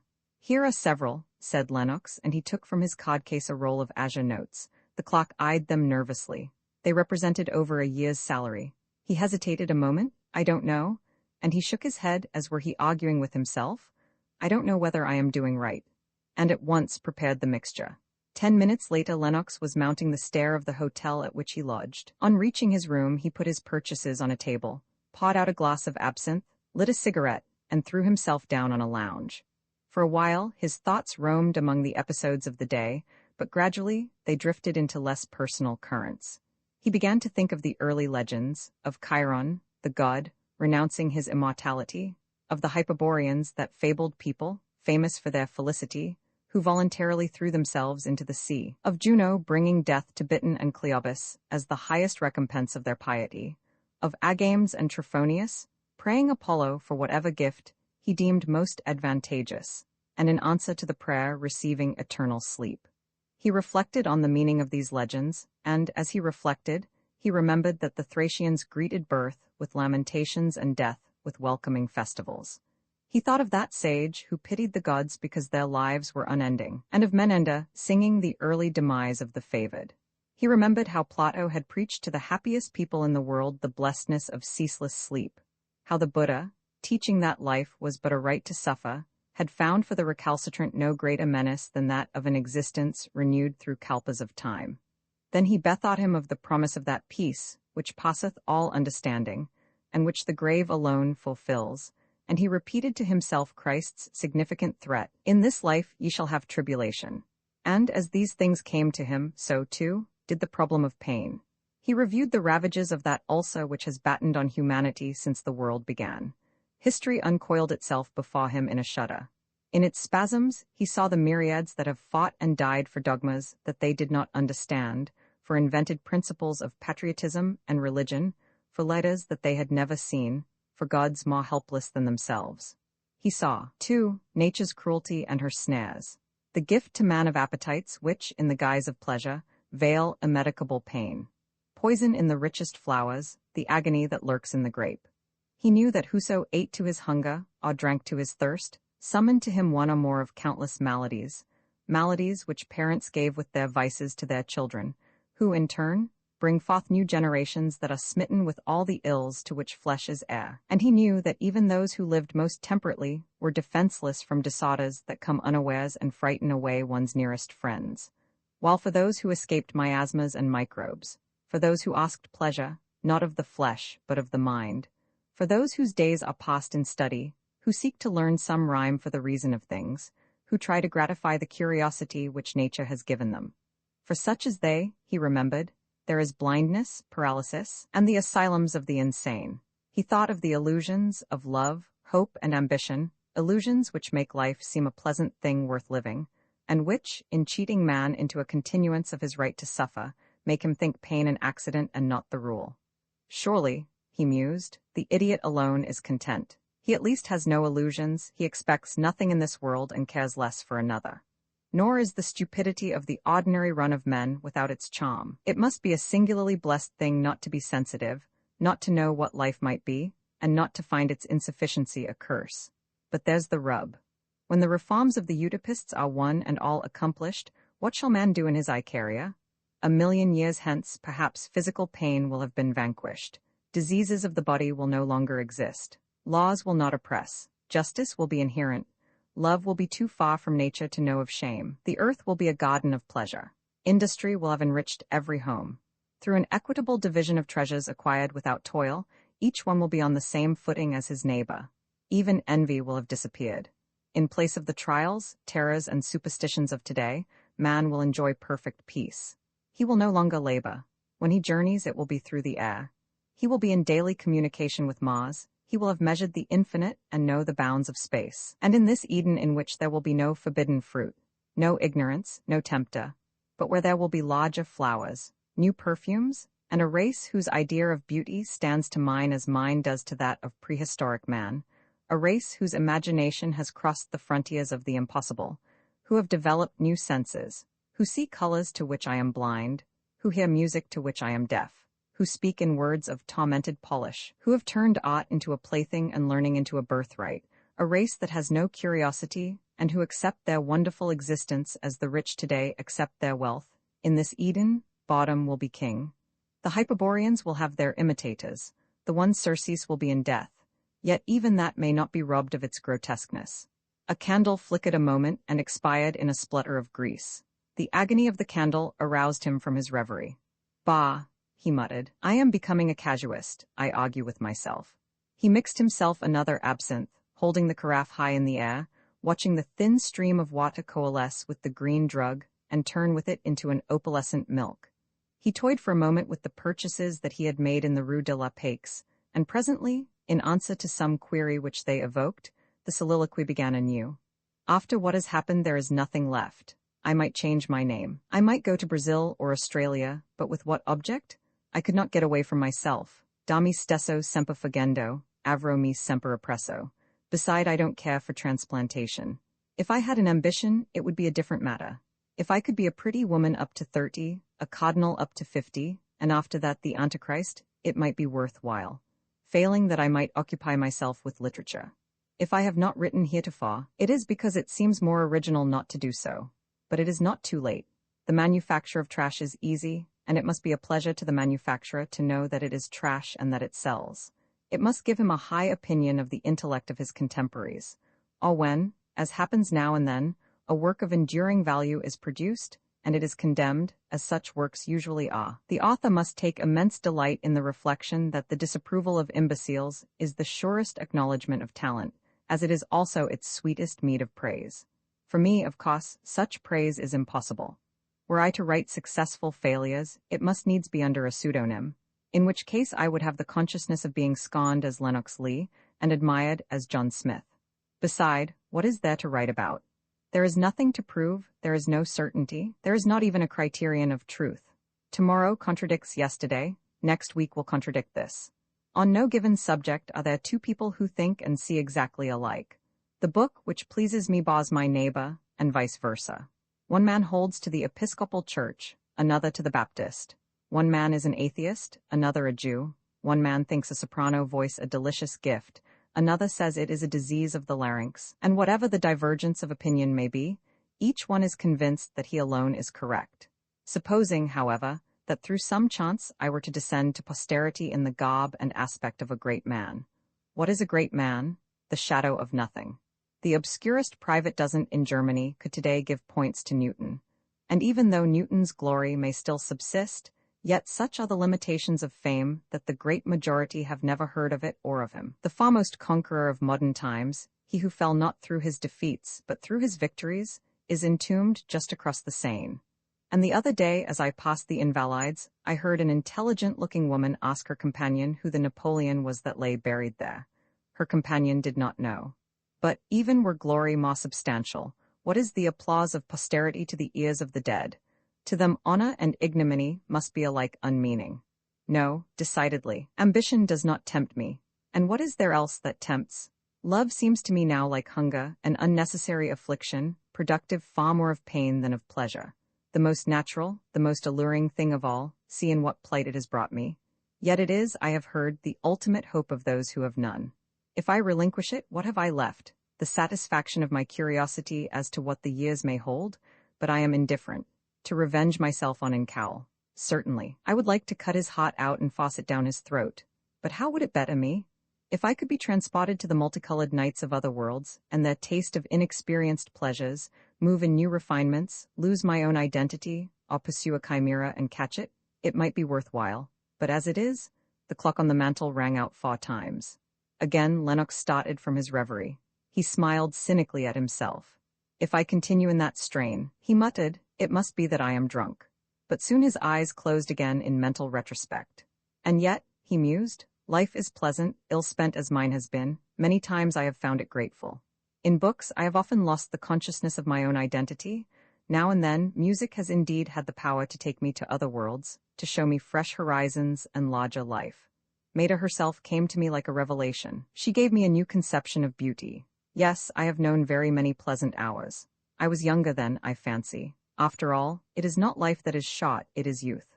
When that goes, as mine seems to have done, outside of solitude there is little charm in anything.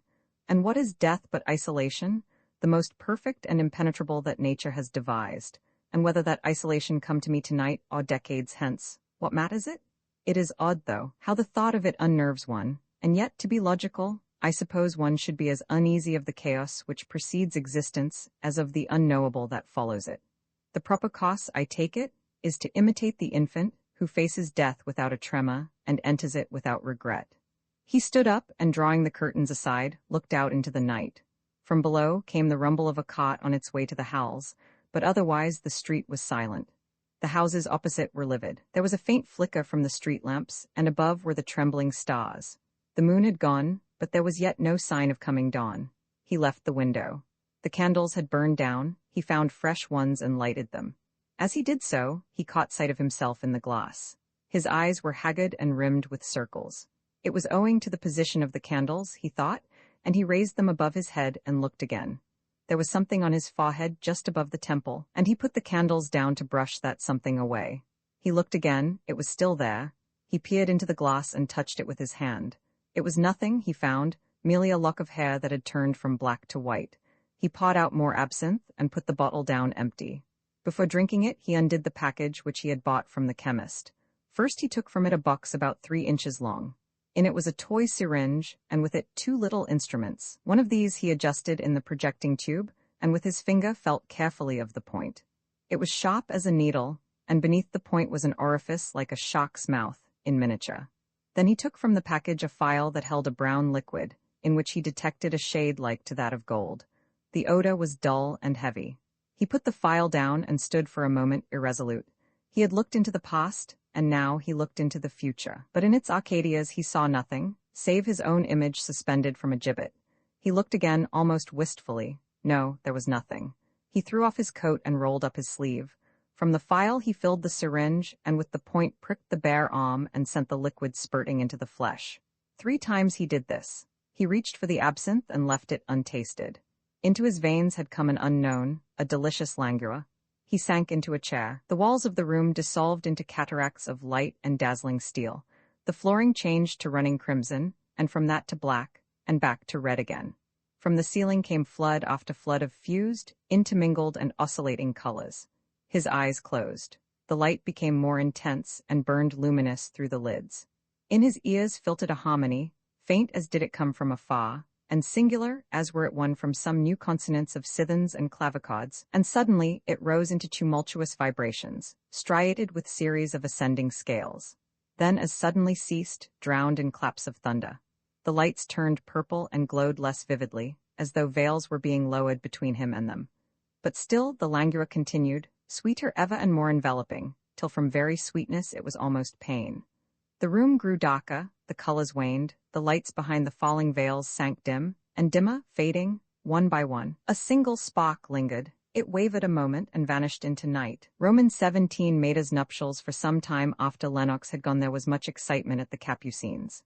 But gradually, the excitement wore itself out, as excitement always does. Baccarat for that night, at least, had lost its allurement. The habitués dispersed, some to other clubs, some to their homes, and soon the great rooms were deserted by all, save one deaf man, who, undisturbed by the commotion, had given himself up to the task of memorizing Saucy's Feuilleton. Among the earliest to leave was Mr. Incoul. "Come," he said to Blydenburg, "you have seen enough for one evening," and Blydenburg got into his coat and followed his companion to the street. They walked some distance before either of them spoke, but when they reached the hotel at which Blydenburg was stopping, that gentleman halted at an adjacent lamppost. "I must say, Incoul," he began, "and I hope you will take it very kindly, I must say that I think you might have left that matter for someone else to discover. Why, hang it all. Lee is a friend of your wife's, you know all his people. To you the money was nothing. Really, Incoul, damn me if I don't think it hard-hearted. I don't care that for what those frogitas say. The cards you said were marked don't weigh with me in the least. No, not an atom. It is my opinion that the young man was just as innocent as a child unborn. No, sir, you can't make me believe that he, I hate to say the word, that he cheated. Why, man alive, I had my eyes on him the whole time. A better-looking fellow never breathed, and he just chucked out the cards one after another without so much as looking at them. It seemed to me that he didn't care a rap whether he won or lost. I put down a louis or two myself, and he never noticed it. He left the whole thing to the croupier, and now that I come to think of it— Yes, I know, Mr. Incoul interrupted. I am sorry myself.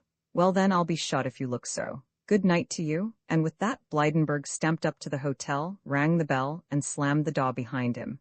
Mr. Incoul walked on. The annoyance of his friend affected him like a tonic. He continued his way refreshed. Presently he reached a cab stand. The clock marked 11:50. He had other duties, and he let himself into an urbane and told the man to drive to the Parc Monceau. On arriving, he tossed a coin to the cabby and entered the house. In the vestibule, a footman started from a nap. Mr. Incoul went up to the floor above and waited, the door ajar. For a little space he heard the man moving about, whispering to a fellow footman, but soon the whispering ceased. Evidently the men had gone. Assured of this, he opened a drawer and took from it a steel instrument, one that in certain respects resembled a key. The haft, however, was unusually large, the end was not blunt but hollow, yet fashioned like a pincer, and the projecting tongue which, in the case of an ordinary key serves to lock and unlock, was absent. This he put in his pocket. He went out in the hall and listened again. The house was very quiet. He made sure that the footman had really gone, and walking on tiptoe to his wife's door, rapped ever so noiselessly. "Is it you, Harmon?" he heard her ask. Had he wished he had no time to answer. A key turned in the lock, the door was opened, and before him Maida stood, smiling a silent welcome to his first visit to her room. As he entered and closed the door, her lips parted. She would have spoken, but something in his face repelled her. The smile fell from her face, and the words remained unuttered. He stood a moment rubbing his hands frigidly, as were he cold, yet the room was not chilly. There was no fire in the grate, but 2 gas fixtures gave out sufficient heat to warm it unassisted. Then presently he looked at her. She had thrown herself on a lounge near the hearth, and was certainly most fair to see. Her white gown had been replaced by one of looser cut. Her neck and arms were no longer bare, but one foot shod in fur that the folds of the skirt left visible was stockingless, and the wonder of her hair was unconfined. He found a chair and seated himself before her. "Madam," he said at last, "I am here at your request." The girl started as were she stung. "You were obliging enough this evening to inform me that we had come into our own. What is it?" His eyebrows were raised, and about his thin lips was just the faintest expression of contempt. "What is it into which we have come?" Maida grew whiter than the whitest ermine. She moved her hand as would she answer, but he motioned her to be silent. "I will tell you," he continued in his measured way, "and you will pardon me if the telling is long. Before it was my privilege to make your acquaintance, I was not, as you know, a bachelor, my wife," and he accentuated the possessive pronoun as had he had but one, "was to me very dear. When I lost her, I thought at first there was nothing left me, but with time I grew to believe that life might still be livable. It is easy for you to understand that in my misfortune I was not dogmatic. I knew that no one is perfect, and I felt that if my wife had seemed perfection to me, it was because we understood and loved one another. Then, too, as years passed, I found my solitude very tedious. I was, it is true, no longer young, but I was not what the world has agreed to call old, and I thought that among the gracious women, whom I knew it might be possible for me to find one who would consent to dispel the solitude, and who might perhaps be able to bring me some semblance of my former happiness. It was under these conditions that I met you. You remember what followed.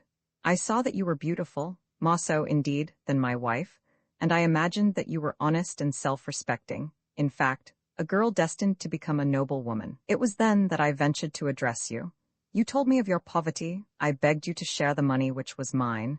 You told me that you did not love me. I answered that I would wait. I was glad to share the money with you. I was willing to wait. I knew that you would adorn riches. I believed that I could win your love, and I felt that the winning would be pleasant. I even admired you for the agreement which you suggested. I thought it could not come from anyone not wholly refined and mistress of herself. In short, believing in your frankness, I offered you what I had to give. In return, what did I ask?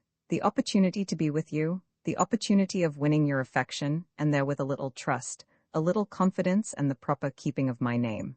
Surely I was not extravagant in my demands. And you, for all your frankness, omitted to tell me the one thing essential. You omitted to tell me? Do not say it, the girl wailed. Do not say it. The tears were falling, her form was rocked with sobs. She was piteous before him who knew not what pity was. He had risen, and she crouched as though she feared he had risen to strike her. Of your lover, whom I caught tonight cheating at cards. He had struck her indeed. She looked up through her tears, astonished at the novelty of the blow, and yet still she did not seem to understand. She stared at him vacantly as though uncertain of the import of his words. Of your lover, he repeated, the blackleg. She rose from her seat. She was trembling from head to foot. To support herself, she stretched a hand to the mantel, and clutching it, she steadied herself. Then, still looking him in the face, she said huskily, You tell me Lennox Lee cheated at cards. It is not true? He is your lover, then? Hissed Incoul, and into his green, dilated eyes there came a look of such hideous hate that the girl shrank back. In her fear she held out her arms as though to shield herself from him, and screamed aloud. You are going to kill me? She cried. Be quiet, he answered. You will wake the house. But the order was needless. The girl fell backwards on the lounge. He stood and looked at her without moving. Presently she moaned, her eyes opened, and her sobs broke out afresh. And still he gazed as though in the enjoyment of a hope fulfilled. Now get to your bed, he said at last. His eyes searched the room. On a table was a pink box labeled bromide of potassium and filled with powders wrapped in tin foil. He opened and smelled of one and then opened another, and poured the contents of both into a glass which he half filled with water. Drink it, he said. She obeyed dumbly. The tears fell into the glass as she drank, but in a little while her sobs came only intermittently. I will sleep now, she murmured, helplessly. I think I will sleep now. Yet still he waited. Her head had fallen far back on the sofa, her hair drooped about her shoulders, her lips were gray. He took her in his arms and carried her to the bed. One of her furred slippers dropped on the way, the other he took from her. The foot it held hardly filled his palm. He loosened her gown. He would have taken it off, but he feared to awake her. Was she really asleep, he wondered. He peered down at her eyelids, but they did not move. Surely she slept. A door that led to a dressing room was open. He closed it. The chair in which he had sat he restored to its original position. Then he turned out the gas. On each of the fixtures his fingers rested the fraction of a minute longer than was necessary. He groped to the door, opened it noiselessly, and listened. There was no sound. The house was still as a tomb. He closed the door behind him, and drawing the nameless instrument from his pocket, he inserted it carefully in the keyhole, gave it a quick turn, and went to his room. Roman 18 Mr. Incoul goes over the accounts. There is a saying to the effect that anyone who walks long enough in front of the Grand Hotel will, in the course of time, encounter all his acquaintances, past, present, and to be. On the second day after the dinner in the Parc Monceau, Mr. Blydenburg crossed the boulevard. It was an unpleasant afternoon of the kind which is frequent in the early winter. The air was damp and penetrating, and the sky presented that unrelieved and cheerless pallor of which Paris is believed to be the unique possessor. Mr. Blydenburg's spirits were affected. He was ill at ease and inclined to attribute his depression to the rawness of the air and the blanched sky above him. He was to leave Paris on the morrow, and he felt that he would be glad to shake its mud from his feet. He was then on the way to his banker's to close an account, and as he trudged along, with an umbrella under his arm and his trousers turned up, in spite of the prospect of departure, he was not in a contented or satisfied frame of mind. For many hours previous, he had cross-questioned himself in regard to Incoul. He knew that in speaking out his mind he had done right, yet he could not help perceiving that right-doing and outspokenness are not always synonymous with the best breeding. Truth certainly is attractive, particularly to him who tells it, but one has to be hospitably inclined to receive it at all times as a welcome guest. Beside, he told himself, Incoul was a man to whom remonstrance was irksome. He chafed at it no matter what its supporting truths might be. Perhaps then, it would have been better had he held his tongue. Incoul was his oldest friend. He could not afford to lose him. At his time of life, the making of new ones was difficult, and yet did he seek him in a conciliatory mood, it would be tantamount to acknowledging that Incoul had been in the right, and the more he thought the matter over the more convinced he became that Incoul was in the wrong. Lee, he could have sworn, was innocent. The charge that had been brought against him was enough to make a mad dog blush. It was preposterous on the face of it. Then, too, the young man had been given no opportunity to defend himself. The honest-hearted gentleman did not make it plain to his own mind how Lee could have defended himself, even had the opportunity been offered. But he waived objections. His faith was firm. He was enough of a logician to understand that circumstantial evidence, however strong, is not unrebuttable proof, and he assured himself, unless the young man confessed his guilt, that he at least would never believe it. He was not, therefore, in a contented or satisfied frame of mind. He was irresolute how to act to Incoul. He did not wish to lose an old friend, and he was physically unable to be unjust to a new one. After crossing the boulevard, he passed the Grand Hotel, and just as he left the wide portals behind him, he saw Mr. Wainwaring, with whom 2 days before he had dined in the Parc Monceau. He bowed and would have continued his way, but Mr. Wainwaring stopped him. "You have heard, have you not?" he asked excitedly. "You have heard about Mrs. Incoul." "Heard what?" "It appears that on going to bed on Sunday night she turned the gas on instead of turning it off. They smelled the gas in the hall and tried to get into the room, but the door was locked. Finally, they broke it down. They found her unconscious, though still breathing. They worked over her for 5 hours, but it was no use." Blydenburg grounded his umbrella on the pavement for support. "Good God," he muttered. "Good God." "Yes," Mr. Wainwaring continued, "it is terrible. A sweeter girl never lived. My daughter knew her intimately. She went there this morning to see her and learned of it at the door. I have just been up there myself. I thought Incoul might see me, but he couldn't. Utterly prostrated, I suppose. I can understand that. We all know how devoted he was. He will never get over it, never." Blydenburg still held to his umbrella for support. "I must go there," he said. "Yes, go by all means. He will see you, of course. Poor Incoul, I am heartily sorry for him. After all, wealth is not happiness, is it?" At this platitude Blydenburg would have gone, but Mr. Wainwaring had more news to impart. "You know about young Lee, Mrs. Manhattan's brother, don't you?" he continued. Blydenburg looked down at his umbrella in a weary way. "Yes, I was there," he answered, "but I don't believe it." "Oh, you mean that affair at the club? Well, it appears that it is true. From what I make out of the papers, he went to his hotel afterwards and took a dose of morphine. It was his only way out of it. I couldn't bear him, could you?" Blydenburg nodded vacantly. He must have been guilty. As to that, there is no doubt. De la Duchesse says it is a wonder he was not caught before. Well, good day. Tell Incoul how profoundly grieved we all are. Good day. Presently Blydenburg found himself in a cab. He was a trifle dazed at what he had heard. He was not brilliant. He was very tiresome at times, the sort of a man that likes big words and small dictionaries, yet somehow he was lovable and more human than many far cleverer than he. To his own misfortune he had a heart, and in disasters like these it bled. He would have crossed the continent to bring a moment's pleasure to the girl that had been asphyxiated in her bed, and he would have given his daughter to the man who had been choked down to the grave. Then, too, as nearly as he could see, he had wronged Incoul, and Incoul was in great grief. As the Urbane rolled on, his thoughts did not grow nimbler. In his head was a full, aching sensation. He felt benumbed and raised the collar of his coat. Soon the cab stopped before the house in the Parc Monceau. He had no little set speech prepared. He wanted merely to take his friend by the hand and let him feel his sympathy unspoken, but when the footman came in answer to his ring, he was told that Mr. Incoul could see no one. He went back to his cab. It had begun to rain, but he did not notice it and left the window open. As the cab rolled down the street again, Mr. Incoul, who had been occupied with the morning paper, sent for the courier. "Call," he said, when the man appeared. "I will go over your accounts." II. Miss Barhyte agrees to change her name a day or two after Mrs. Batchelor's reception. Mr. Incoul walked down Madison Avenue, turned into one of the adjacent streets and rang the bell of a private boarding house. As he stood on the steps waiting for the door to be opened, a butcher boy passed, whistling shrilly. Across the way, a nursemaid was idling with a perambulator. A slim-figured girl hurried by. A well-dressed woman descended from a carriage, and a young man with a flower in his buttonhole issued from a neighboring house. The nursemaid stayed the perambulator and scrutinized the folds of the woman's gown. The young man eyed the hurrying girl. From the end of the street came the whistle of the retreating butcher, and as it fused into the rumble of Fifth Avenue, Mr. Incoul heard the door opening behind him. "Is Miss Barhyte at home?"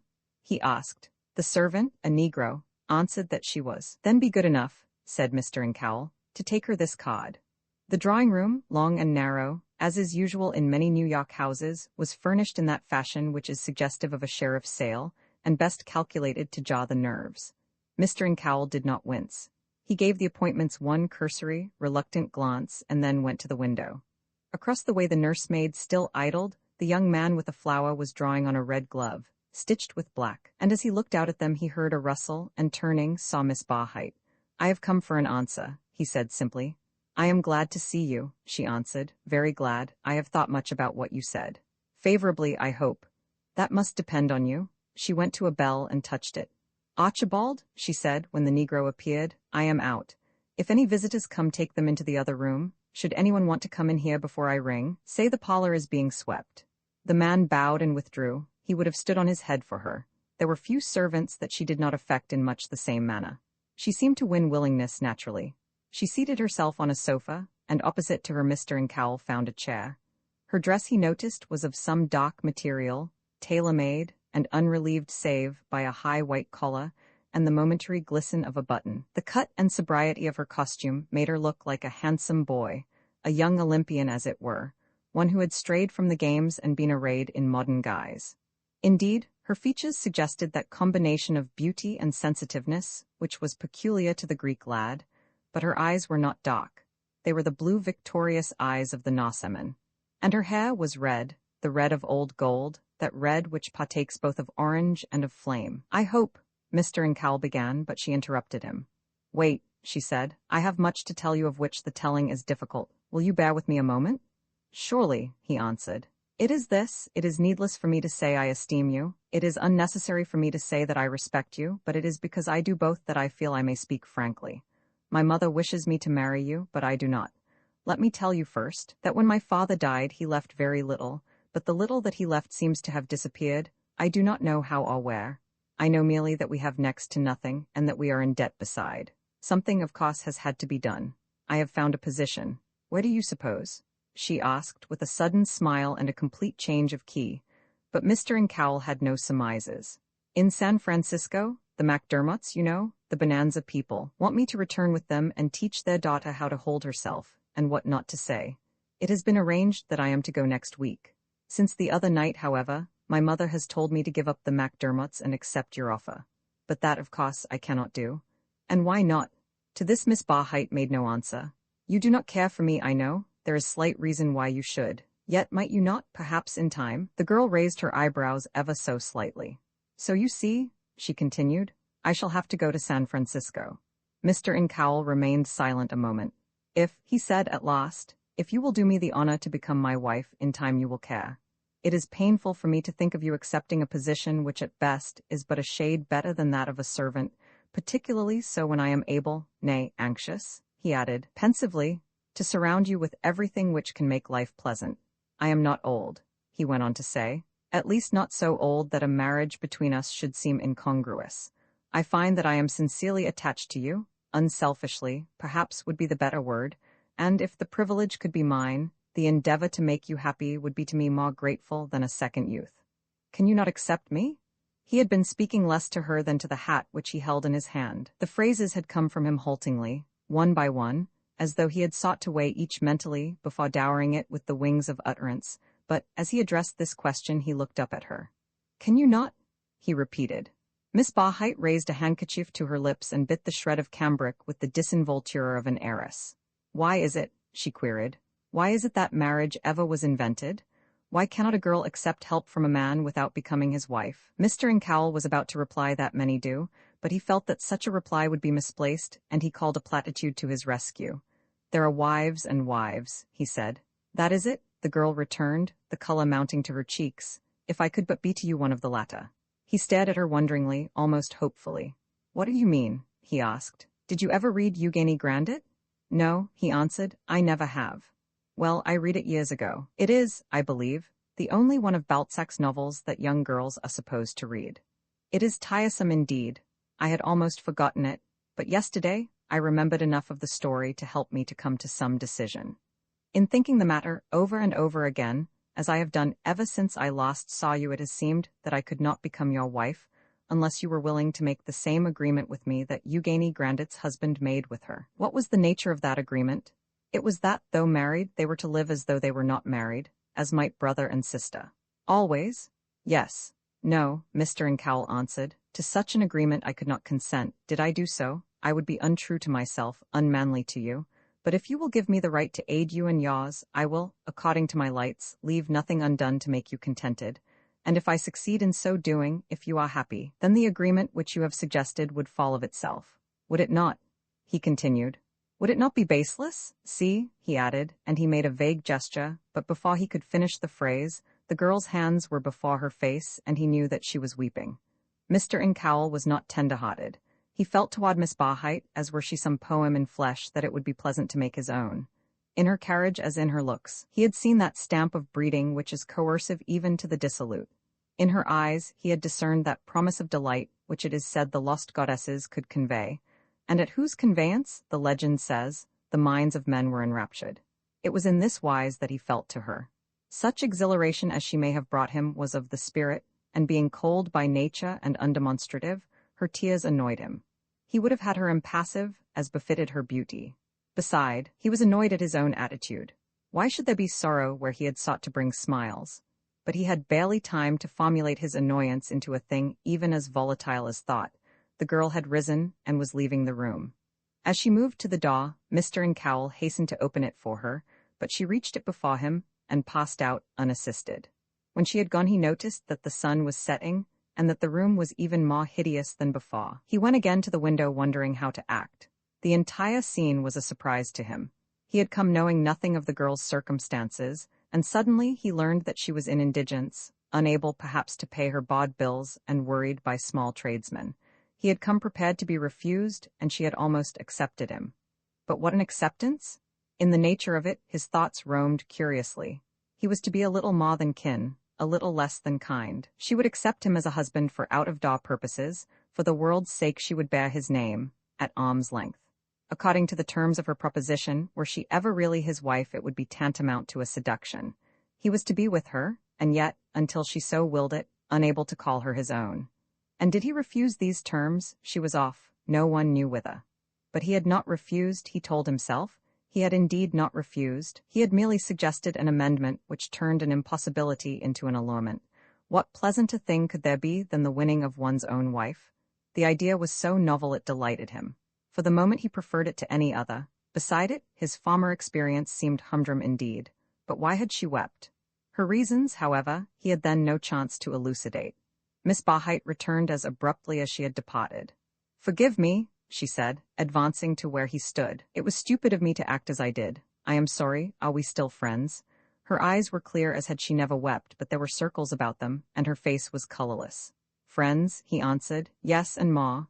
He hesitated a moment and then hastily added, "It is agreed then, is it not, you will be my wife?" "I will be your wife." As Balzac's heroine was to her husband, "You have said it, but not always. If there come a time when you care for me, then I may ask you to give me your heart as today I have asked for your hand. "When that day comes, believe me," she said, and her delicious face took on a richer hue. "When that day comes there will be neither asking nor giving, we shall have come into our own." With this assurance Mr. Incoul was fain to be content, and after another word or two, he took his leave. For some time after his departure, Miss Barhyte stood thinking. It had grown quite dark. Before the window, a street lamp burned with a small, steady flame, but beyond, the azure of the electric light pervaded the adjacent square with a suggestion of absinthe and vice. One by one the opposite houses took on some form of interior illumination. A newsboy passed, hawking an extra with a noisy, aggressive ferocity, as though he were angry with the neighborhood, and dared it come out and wrestle with him for his wares. There was a thin, broken stream of shopgirls passing eastward. At intervals, men in evening dress sauntered leisurely to their dinners, to restaurants, or to clubland, and over the rough pavement there was a ceaseless rattle of traps and of wagons. The air was alive with the indefinable murmurs of a great city. Miss Barhyte noticed none of these things. She had taken her former seat on the sofa and sat, her elbow on her crossed knee, her chin resting in her hand, while the fingers touched and barely separated her lips. The light from without was just strong enough to reach her feet and make visible the gold clock on her silk stocking, but her face was in the shadow, as were her thoughts. Presently she rose and rang the bell. "Archibald," she said when the man came, and who at once busied himself with lighting the gas, "I want to send a note. Can't you take it? It's only across the square." "I'll have to be mighty spry about it, miss. The old lady do carry on most unreasonable if I go for anybody but herself. She has laws that strict they'd knock the Swedes and Prussians silly. Why, you wouldn't believe if I told you how." And Archibald ran on with an unbelievable tale of recent adventure with the landlady.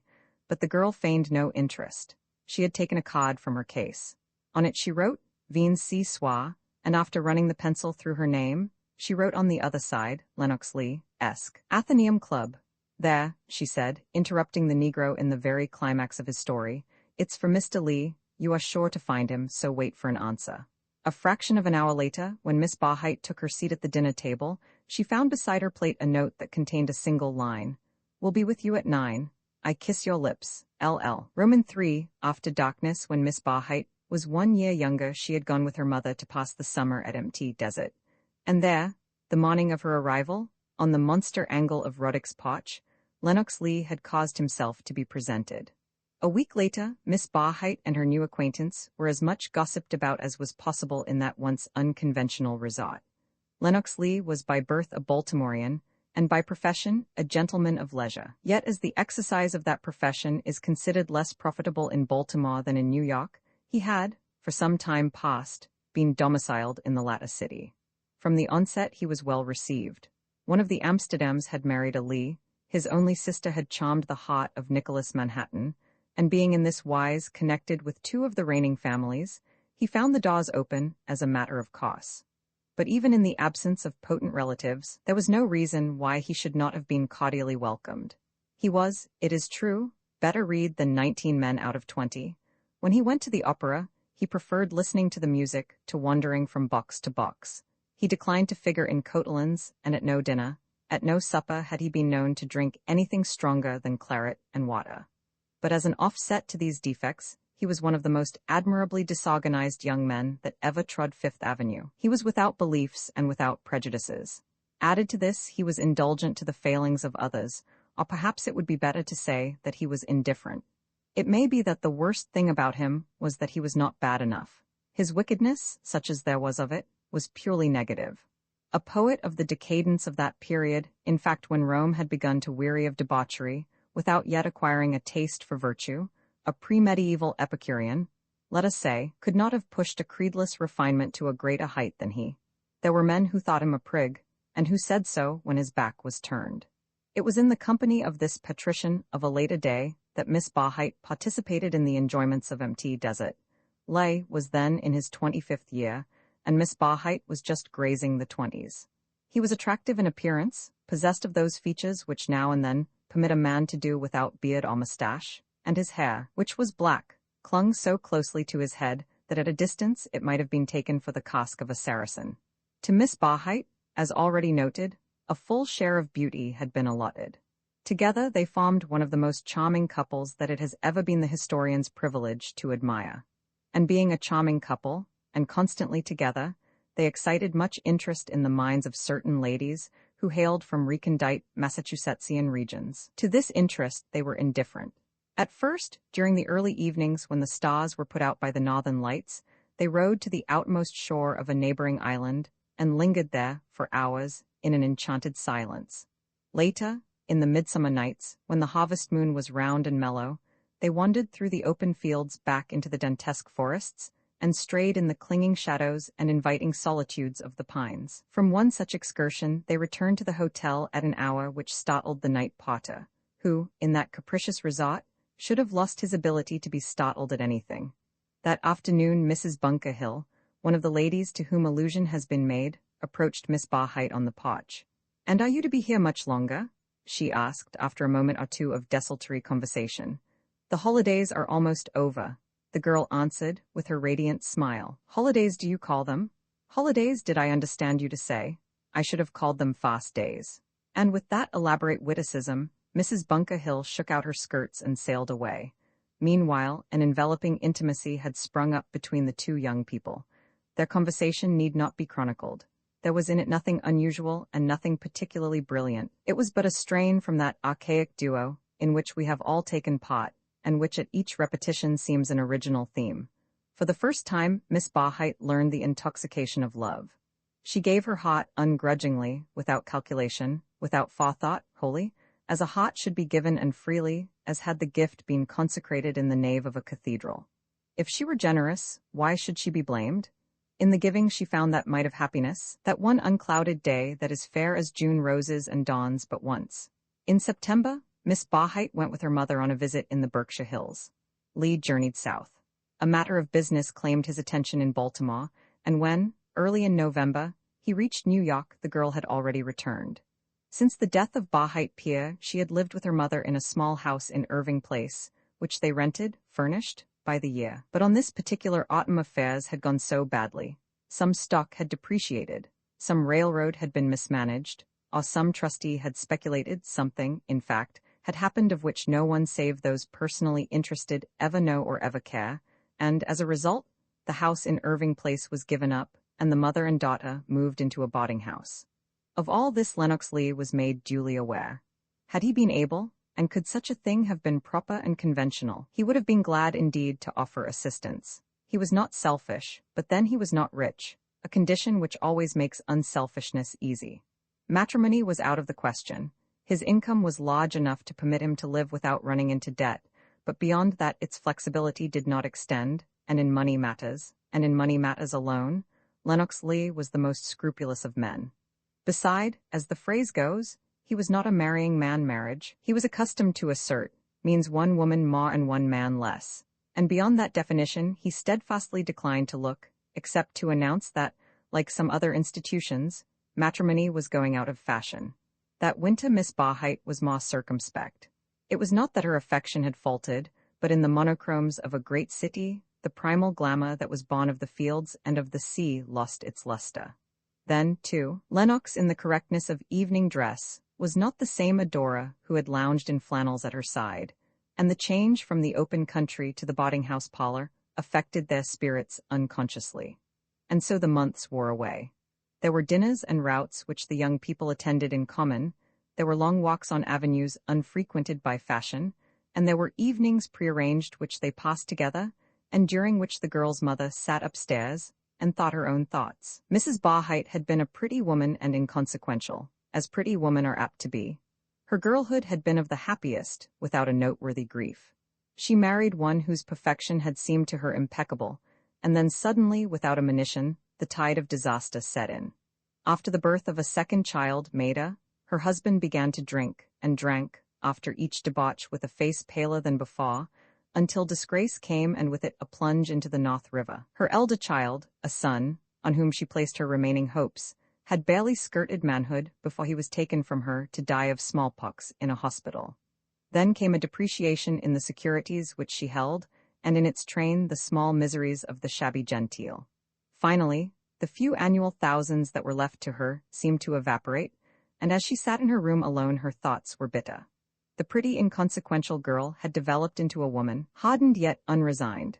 At 45 her hair was white, her face was colorless as her widow's cap, her heart was dead. On the night when her daughter, under the chaperonage of Mrs. Hildred, one of her few surviving relatives, returned from the reception, she was still sitting up. At Mrs. Hildred's suggestion, a position, to which allusion has been made, had been offered to her daughter, and that position, the bringing up or rather the bringing out of a child of the West, she determined that her daughter should accept. Afterwards, well, perhaps for Maida there were other things in store, as for herself she expected little. She would betake herself to some Connecticut village and there wait for death. When her daughter entered the room, she was sitting in the erect impassibility of a statue. Her eyes indeed were restless, but her face was dumb, and in the presence of that silent desolation, the girl's tender heart was touched. "Mother," she exclaimed, "why did you wait up for me?" And she found a seat on the sofa near her mother and took her hand caressingly in her own. "Why are you up so late?" she continued. "Are you not tired?" "Oh, mother," the girl cried impetuously, "if you only knew what happened tonight, what do you suppose?" But Mrs. Barhyte shook her head. She had no thoughts left for suppositions. And quickly, for the mere sake of telling something that would arouse her mother, if ever so little from her apathy, Maida related Mr. Incoul's offer. Her success was greater, if other, than she anticipated. It was as though she had pawed into a parching throat the very waters of life. It was the post-tenebras lux, and what a light! The incandescence of unexpected hope. A cataract of gold pieces could not have been more dazzling. It was blinding after the shadows in which she had groped. The color came to her cheeks, her hand grew moist. "Yes, yes," she cried, urging the girl's narrative with a motion of the head like to that of a jockey speeding to the post. "Yes, yes," she repeated, and her restless eyes flamed with the heat of fever. "Wasn't it odd?" Maida concluded abruptly. "But you accepted him?" the mother asked hoarsely, almost fiercely. "Accepted him? No, of course not. Why, mother, what is the matter?" Engrossed in the telling of her story, the girl had not noticed her mother's agitation, but at her last words, at the answer to the question, her wrist had been caught as in a vise, and eyes that she no longer recognized, eyes dilated with anger, desperation and revulsion of feeling, were staring into her own. Instinctively she drew back. "Oh, mother, what is it?" And the mother, bending forward, even as the daughter retreated, hissed, "You shall accept him, I say you shall." "Mother, mother," the girl moaned, helplessly. "You shall accept him, do you hear me?" "But mother, how can I?" The tears were rolling down her cheeks. She was frightened. The acute, agonizing fright of a child pursued. She tried to free herself, but the hands on her wrist only tightened, and her mother's face, livid now, was close to her own. "You shall accept him," she repeated with the insistence of a monomaniac. And the girl, with bended head, through the paroxysms of her sobs, could only murmur in piteous, beseeching tones, "Mother, mother." But to the plaint the woman was as deaf as her heart was dumb. She indeed loosened her hold, and the girl fell back on the lounge from which they had both arisen, but it was only to summon from the reservoirs of her being some new strength wherewith to vanquish. For a moment she stood motionless, watching the girl quiver in her emotion, and as the sobbing subsided, she stretched forth her hand again, and caught her by the shoulder. "Look up at me," she said, and the girl, obedient, rose from her seat and gazed imploringly in her mother's face. No Neapolitan fishwife was ever more eager to barter her daughter than was this lady of acknowledged piety and refinement, and the face into which her daughter looked and shrank from bore no trace of pity or compassion. "Tell me if you dare," she continued. "Tell me why it is that you refuse? What more do you want? Are you a princess of the blood? Perhaps you will say you don't love him. And what if you don't? I loved your father, and look at me now. Beside, you have had enough of that. There, don't stare at me in that way. I know, and so do you. Now take your choice, accept this offer, or get to your lover, and this very night. As for me, I disown you, But the flood of words was interrupted. The girl had fainted. The simulacre of death had extended its kindly arms, and into them she had fallen as into a grateful release. By the morrow her spirit was broken. 2 days later, Mr. Incoul called, with what success the reader has been already informed, and on that same evening, in obedience to the note, came Lennox Lee. Roman 4. An evening call. When Lee entered the drawing-room, he found Miss Barhyte already there. "It is good of you to come," she said, by way of greeting. The young man advanced to where she stood, and in a tender, proprietary manner, took her hand in his. He would have kissed her, but she turned her face aside. "What is it?" he asked. "You are pale as Ophelia, and you, my prince, as inquisitive as Hamlet." She led him to a seat and found one for herself. Her eyes rested in his own, and for a moment both were silent. "Lennox," she asked at last, "do you know Mr. Incoul?" "Yes, of course, everyone does." "I mean, do you know him well?" "I never said 10 words to him, nor he to me." So much the better. What do you suppose he did the other evening after you went away? Really, I have no idea, but if you wish me to draw on my imagination, I suppose he went away too. He offered himself. For what? To me. Maida, that mummy, you are joking. No, I am not joking, nor was he. Well, what then? Then, as you say, he went away. And what did you do? I went away too. Be serious, tell me about it. He came here this afternoon and I am to be Mrs. Incoul. Lennox bit his lip. Into his face there came an expression of angered resentment. He stood up from his seat. The girl put out her hand as though to stay him. Lennox, I had to, she cried. But he paid no attention to her words and crossed the room. On the mantel before him was a clock that ticked with a low, dolent moan, and for some time he stood looking at it, as were it an object of peculiar interest, which he had never before enjoyed the leisure to examine. But the clock might have swooned from internal pain. He neither saw nor heard it. His thoughts circled through episodes of the winter back to the forest and the fringes of the summer sea. And slowly the anger gave way to wonder, and presently the wonder faded, and in its place there came a sentiment like that of sorrow, a doubled sorrow in whose component parts there was both pity and distress. It is said that the rich are without appreciation of their wealth until it is lost or endangered, and it was not until that evening that Lennox Lee appreciated at its worth the loveliness that was slipping from him. He knew then that he might tread the highroads and faubourgs of two worlds with the insistence of the wandering Jew, and yet find no one so delicious as she. And in the first flood of his anger, he felt as were he being robbed, as though the one thing that had lifted him out of the brutal commonplaces of the everyday was being caught up and carried beyond the limits of vision. And into this resentment there came the suspicion that he was not alone being robbed, that he was being cheated to boot, that the love which he had thought to receive as he had seemed to give love before was an illusory representation, a phantom constructed of phrases. But this suspicion faded. He knew untold that the girl's whole heart was his, had been his, was yet his and probably would be his for all of time, till the grave opened and closed again. And then the wonder came. He knew, none better, the purity of her heart, and knowing, too, her gentleness, the sweetness of her nature, her abnegation of self, he began to understand that some tragedy had been enacted which he had not been called upon to witness. Of her circumstances he had been necessarily informed, but in the sensitiveness of her refinement, the girl had shrunk from unveiling to a lover's eyes the increasing miseries of her position, and of the poignancy of those miseries he had now, uninformed, an inkling. If she sold herself, surely it was because the sale was imperative. The white, impassible face of the girl's mother rose before him, and then, at once, he understood her cry, "Lennox, I had to." As he moved from her, Maida had seen the anger, and knowing the anger to be as justice ever is, she shook her head in helpless grief, yet her eyes were tearless as had she no tears left to shed. She had seen the anger, but ignorant of the phases of thought by which it had been transfigured, she stole up to where he stood and touched his arm with a shrinking caress. He turned and would have caught her to him, but she drew back, elusively, as might a swan. "No, not that, Lennox. Only say that you do not hate me. Lennox, if you only knew. To me it is bitterer than death. You are the whole world to me, yet never must I see you again. If I could but tell you all, if I could but tell him all, if there were anything that I could do or say, but there is nothing, she added pensively, except submission." Her voice had sunk into a whisper. She was pleading as much with herself as with him. Her arms were pendant and her eyes downcast. On the mantel, the clock kept up its low, dolorous moan, as though in sympathy with her woe. "Nothing," she repeated. "But surely it need not be. Things cannot be so bad as that. Maida, I cannot lose you. If nothing else can be done, let us go away.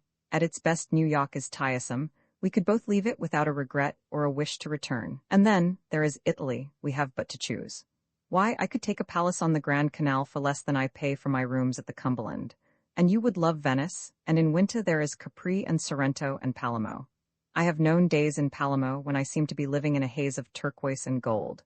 And the nights? You should see the nights. The stars are large as lilies. See, it would be so easy. In a fortnight we could be in Genoa, and before we got there we would have been forgotten." He was bending forward, speaking rapidly, persuasively, half hoping, half fearing she would accept. She did not interrupt him, and he continued impetuously, as though intoxicated on his own words. "When we are tired of the south, there are the lakes and that lovely Tyrol. There will be so much to do, so much to see.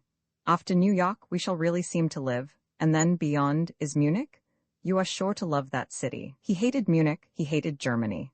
The entire land and everything that was in it was odious to him, but for the moment he forgot. He would have said ma, even to praises of Berlin, but the girl raised her ringless hand and shook her head wearily. No, Lennox, it may not be. Did I go with you in a year, 6 months, perhaps, we would both regret. It would be not only expatriation, it would, for me at least, be isolation as well, and, though I would bear willingly with both, you would not. You think so now, perhaps I do not doubt, and a phantom of a smile crossed her face, and I thank you for so thinking, but it may not be. Her hand fell to her side, and she turned listlessly away. You must forget me, Lennox, but not too soon, will you? Never, sweetheart, never. Ah, but you must, and I must learn to forget you. It will be difficult. No one can be to me what you have been. You have been my youth, Lennox. My girlhood has been yours. I have nothing left. Nothing except regrets, regrets that youth should pass so quickly and that girlhood comes but once. Her lips were tremulous, but she was trying to be brave. But surely, Maida, it cannot be that we are to part forever. Afterwards? The word was vague, but they both understood. Afterwards I may see you. Such things often are. Because you feel yourself compelled to this step, there is no reason why I, of all others, should be shut out of your life. It is the fact of your being the one of all others that makes the shutting needful. It shall not be. Lennox, she pleaded, it is harder for me than for you. But how can you ask me, how can you think that I will give you up? The affair is wretched enough as it is, and now, by insisting that I am not to see you again, you would make it even worse. People think it easy to love, but it is not. I know nothing more difficult. You are the only one for whom I have ever cared. It was not difficult to do so, I admit, but the fact remains. I have loved you more and more every day, and now, when I love you most, when I love you as I can never love again, you find it the easiest matter in the world to come to me and say, it's ended. Bonjour. You are cruel, Lennox, you are cruel. It is you that are cruel, and there the wonder is, for your cruelty is unconscious. Of your own free will you would not know how. It is not that I am cruel, it is that I am trying to do right, and it is for you to aid me. I have been true to you, do not ask me now to be false to myself. If at that moment Mrs. Bunker Hill could have looked into the girl's face, her suspicions would have vanished into air. Maida needed only a less fashionable gown to look like a medieval saint, and before the honesty that was in her eyes, Lennox bowed his head. Will you help me? I will, he answered. I knew you would. You are too good to try to make me more miserable than I am. And now you must go. Kiss me, it is the last time. He caught her in his arms and kissed her full upon the mouth. He kissed her wet eyes, her cheeks, the splendor of her hair. And after a moment of the acutest pain of all her life, the girl freed herself from his embrace and let him go without another word. Via yellow envelope, there is a peculiarity about Baden-Baden, which no other watering place seems to share. It has the aroma of a pretty woman. In August, it is warm, crowded, enervating, tiresome as are all warm and crowded places, but the air is delicately freighted, and a pervasive fragrance is discerned even by the indifferent. In the summer that succeeded Maida's marriage, Baden was the same tame, perfumed Zwei und Fünfzig that it has ever been since the war. The ladies and gentlemen who were to regard it as a sort of continuation of the Bois de Boulogne had departed never to return. Gone was Benazet, gone, too, the click of the roulette ball. The echoes and uproars of the Second Empire had died away, as echoes and uproars ever must, and in place of the paint and cleverness of the dames du Lac had come the stupid loveliness of the Schwärmerisch Mädchen. But though Paris had turned her wicked back, the attitude of that decadent capital in no wise affected other cities. On the particular August to which allusion is made, interminable dinners were consumed by contingents from the politest lands, and also from some that were semi-barbaric. In the Lichtenthal Allee, and on the promenade in front of the Kursaal, one could hear 6 languages in as many minutes, and given a polyglottic ear, the number could have been increased to 10. Among those who added their little quota to this summer Babel were Mr. and Mrs. Incoul. The wedding had been very simple. Mrs. Barhyte had wished the ceremony performed in Grace Church, and to the ceremony she had also wished that all New York should be bidden. To her, it represented a glory which in the absence of envious witnesses would be lustreless indeed. But in this respect her wishes were disregarded. On a melting morning in early June, a handful of people, 30 at most, assembled in Mrs. Hildred's drawing-room. The grave service that is in usage among Episcopalians was mumbled by a diligent bishop. There was a hurried and heavy breakfast, and 2 hours later, the bride and groom were on the deck of the Umbria. The entire affair had been conducted with the utmost dispatch. The Sunday Sun chronicled the engagement in one issue, and gave the date of the wedding in the next. It was not so much that Haman Incoul was ardent in his wooing, or that Miss Barhyte was anxious to assume the rank and privileges that belonged to the wedded state. The incentives were other, if equally prosaic. The ceremony, if undergone, needed to be undergone at once. Summer was almost upon them, and in the code which society has made for itself, summer weddings are reproved. There was indeed some question of postponing the rites until autumn. But on that, Mrs. Barhyte put her foot. She was far from sure of her daughter, and as for the other contracting party, who could tell but that he might change his mind? Such changes had been, and instances of such misconduct presented themselves unsummoned to the woman's mind. The fish had been landed almost without effort, a fish more desirable than any other, a very prize among fishes, and the possibility that he might slip away, and without so much as a gill arrive float off into clearer and less troubled seas, nerved her to her task anew. In the interview which she enjoyed with her prospective son-in-law, she was careful, however, to display no eagerness. She was sedate when sedateness seemed necessary, but her usual attitude was one of conciliatory disinterestedness.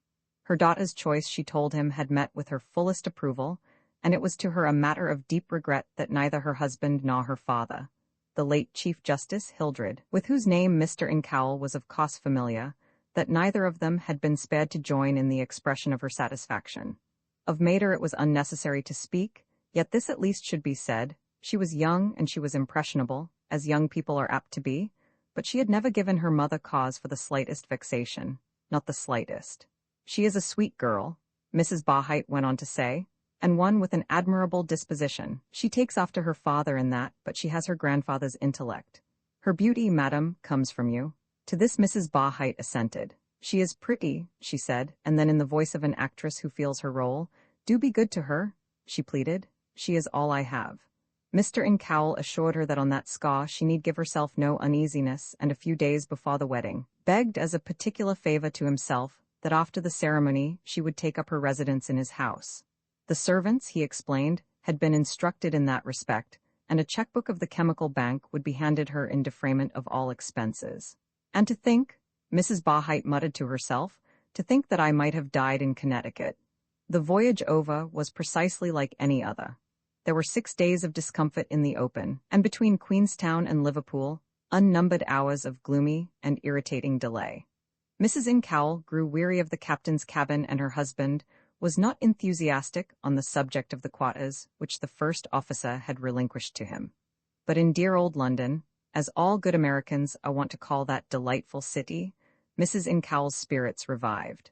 The difference between Claridge's and Ruddock's would have interested one far more apathetic than she, and as she had never before set her foot on Piccadilly, and as Rotten Row and Regent Circus were as unfamiliar to her as the banks of the Yangtze-Kiang, she had none of that satiated feeling of the déjà vu which besets the majority of us on our travels.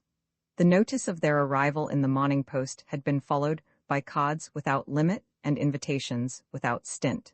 An evening gazette published an editorial, a column in length, in which, after an historical review of wealth from Plutus to the Duke of Westminster, the reader learned that the world had probably never seen a man so rich, and yet seemingly so unconscious of the power which riches give as was Haman Incoul, Esq., of New York, USA. During the few weeks that were passed in London, the bride and groom were bidden to more crushes, dinners and garden parties than Maida had attended during the entire course of her budhood. There was the inevitable presentation, and as the girl's face was noticeably fair, she and her husband were made welcome at Marlborough House. Afterwards, yet before the season drooped, there was a trip to Paris, a city which, after the splendors of London, seemed cheap and tawdry indeed, and then, as already noted, came the villeggiature at Babel-Baden. Meanwhile, Maida had come and gone, eaten and fasted, danced and driven in a constant chase after excitement. To her husband, she had acted as she might have done to some middle-aged cousin, with whom she was not precisely on that which is termed a familiar footing, one on whom chance not choice had made her dependent, and to whom in consequence much consideration was due. But her relations will be perhaps better understood when it is related that she had not found herself physically capable of calling him by his given name, or in fact anything else than you. It was not that she disliked him. On the contrary, in many ways he was highly sympathetic, but the wellsprings of her affection had been dried, and the season of their refreshment was yet obscure. In the face of this half-hearted platonism, Mr. Incoul had displayed a wisdom which was peculiar to himself. He exacted none of those little tributes which are conceded to be a husband's due, and he allowed himself none of the familiarities which are reported to be an appanage of the married state. From the beginning, he had determined to win his wife by the exercise of that force which, given time and opportunity, a strong nature invariably exerts over a weaker one. He was indulgent, but he was also austere. The ordering of 1 gown, or of 500, was a matter of which he left her sole mistress.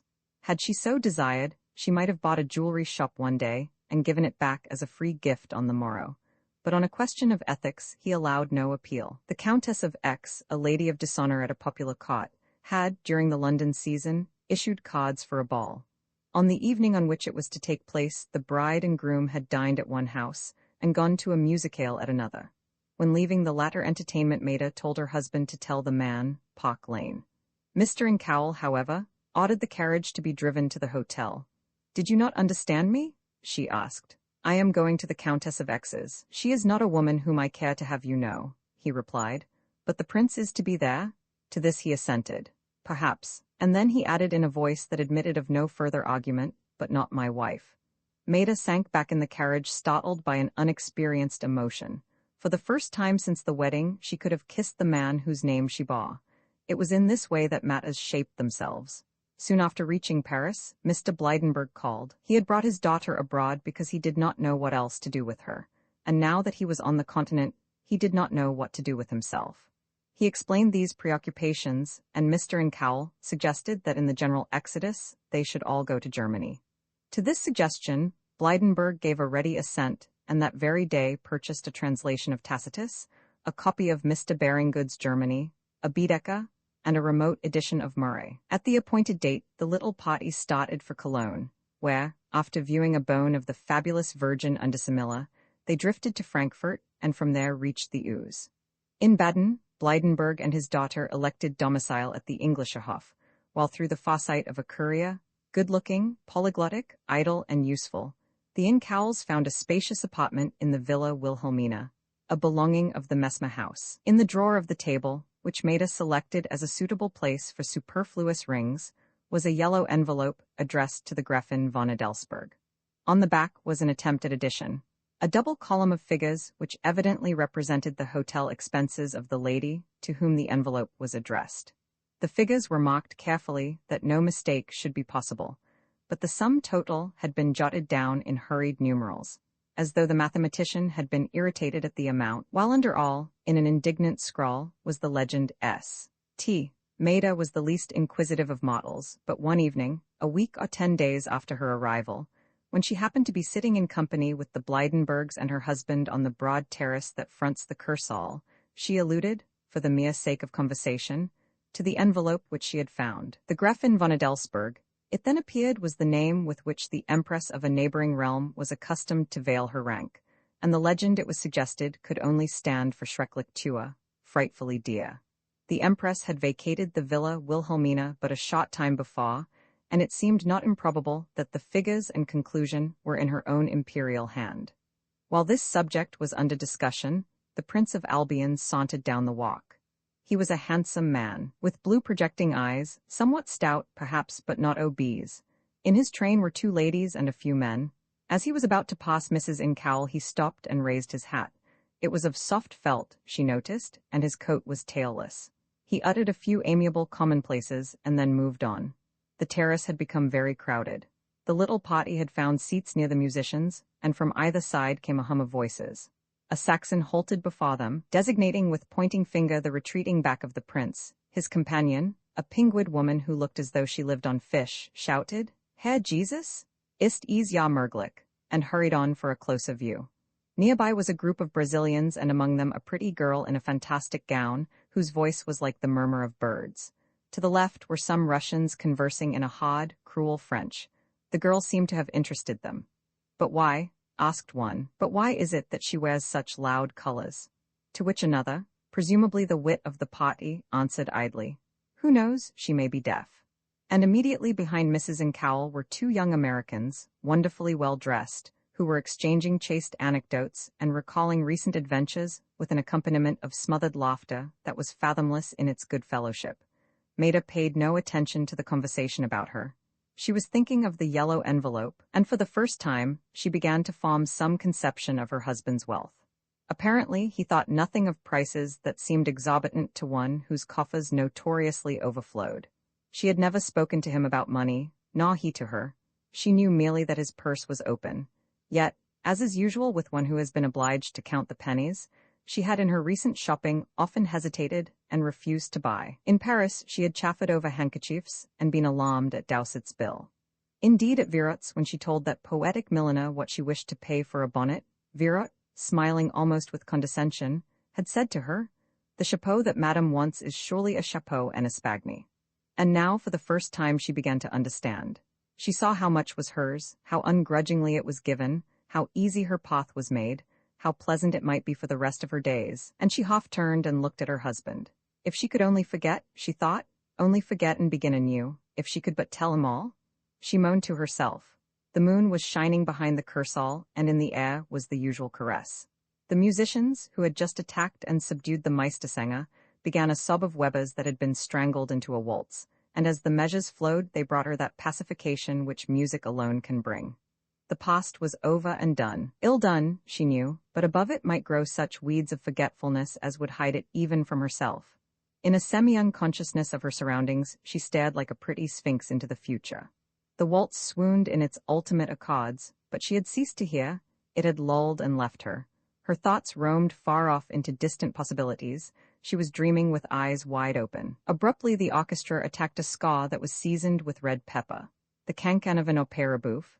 The notes exploded like firecrackers, and in the explosion brought vistas of silk stockings, whirlwinds of disordered skirts, the heat and frenzy of an orgy. And then, as the riot mounted like a flame, suddenly in a clash and shudder of brass the uproar ceased. Maida, aroused from her reverie by the indecency of the music, looked idly about her. The Russians were drinking beer that was as saffron as their own faces. The Brazilians had departed. The young Americans were smoking Bond Street cigarettes which they believed to be Egyptian and discussing the relative merits of Hills and Poole. "While I was getting measured for that topcoat you liked so much," said one. Lee came in. "Lee? What Lee? Sumpter? No, Lennox Lee. Did he, though? How was he?" "Finest form, said he would take in Paris and Baden. He may be here now for all I know. Let's ask the waiter for a Fremden list." Maida had heard, and with the hearing there had come to her an enveloping dread. She felt that, did she see him, the love which she had tried to banish would return unfettered from its exile. Strength was not yet hers. With time, she knew, she could have sworn it would come, but for the moment she was helpless, and into the dread a longing mingled. At once, as though in search of a protection that should guard her against herself, she turned to her husband. To him, the Russians, Brazilians, and other gentry had been part of the landscape. He had little taste for music, and Blydenburg had bought him as that amiable gentleman was accustomed to bore everyone with whom he conversed, yet, nevertheless, through that spirit of paradox which is common to us all, Mr. Incoul liked the man, and for old associations' sake took to the bottom in a kindlier fashion than had it come from a newer and more vivacious acquaintance.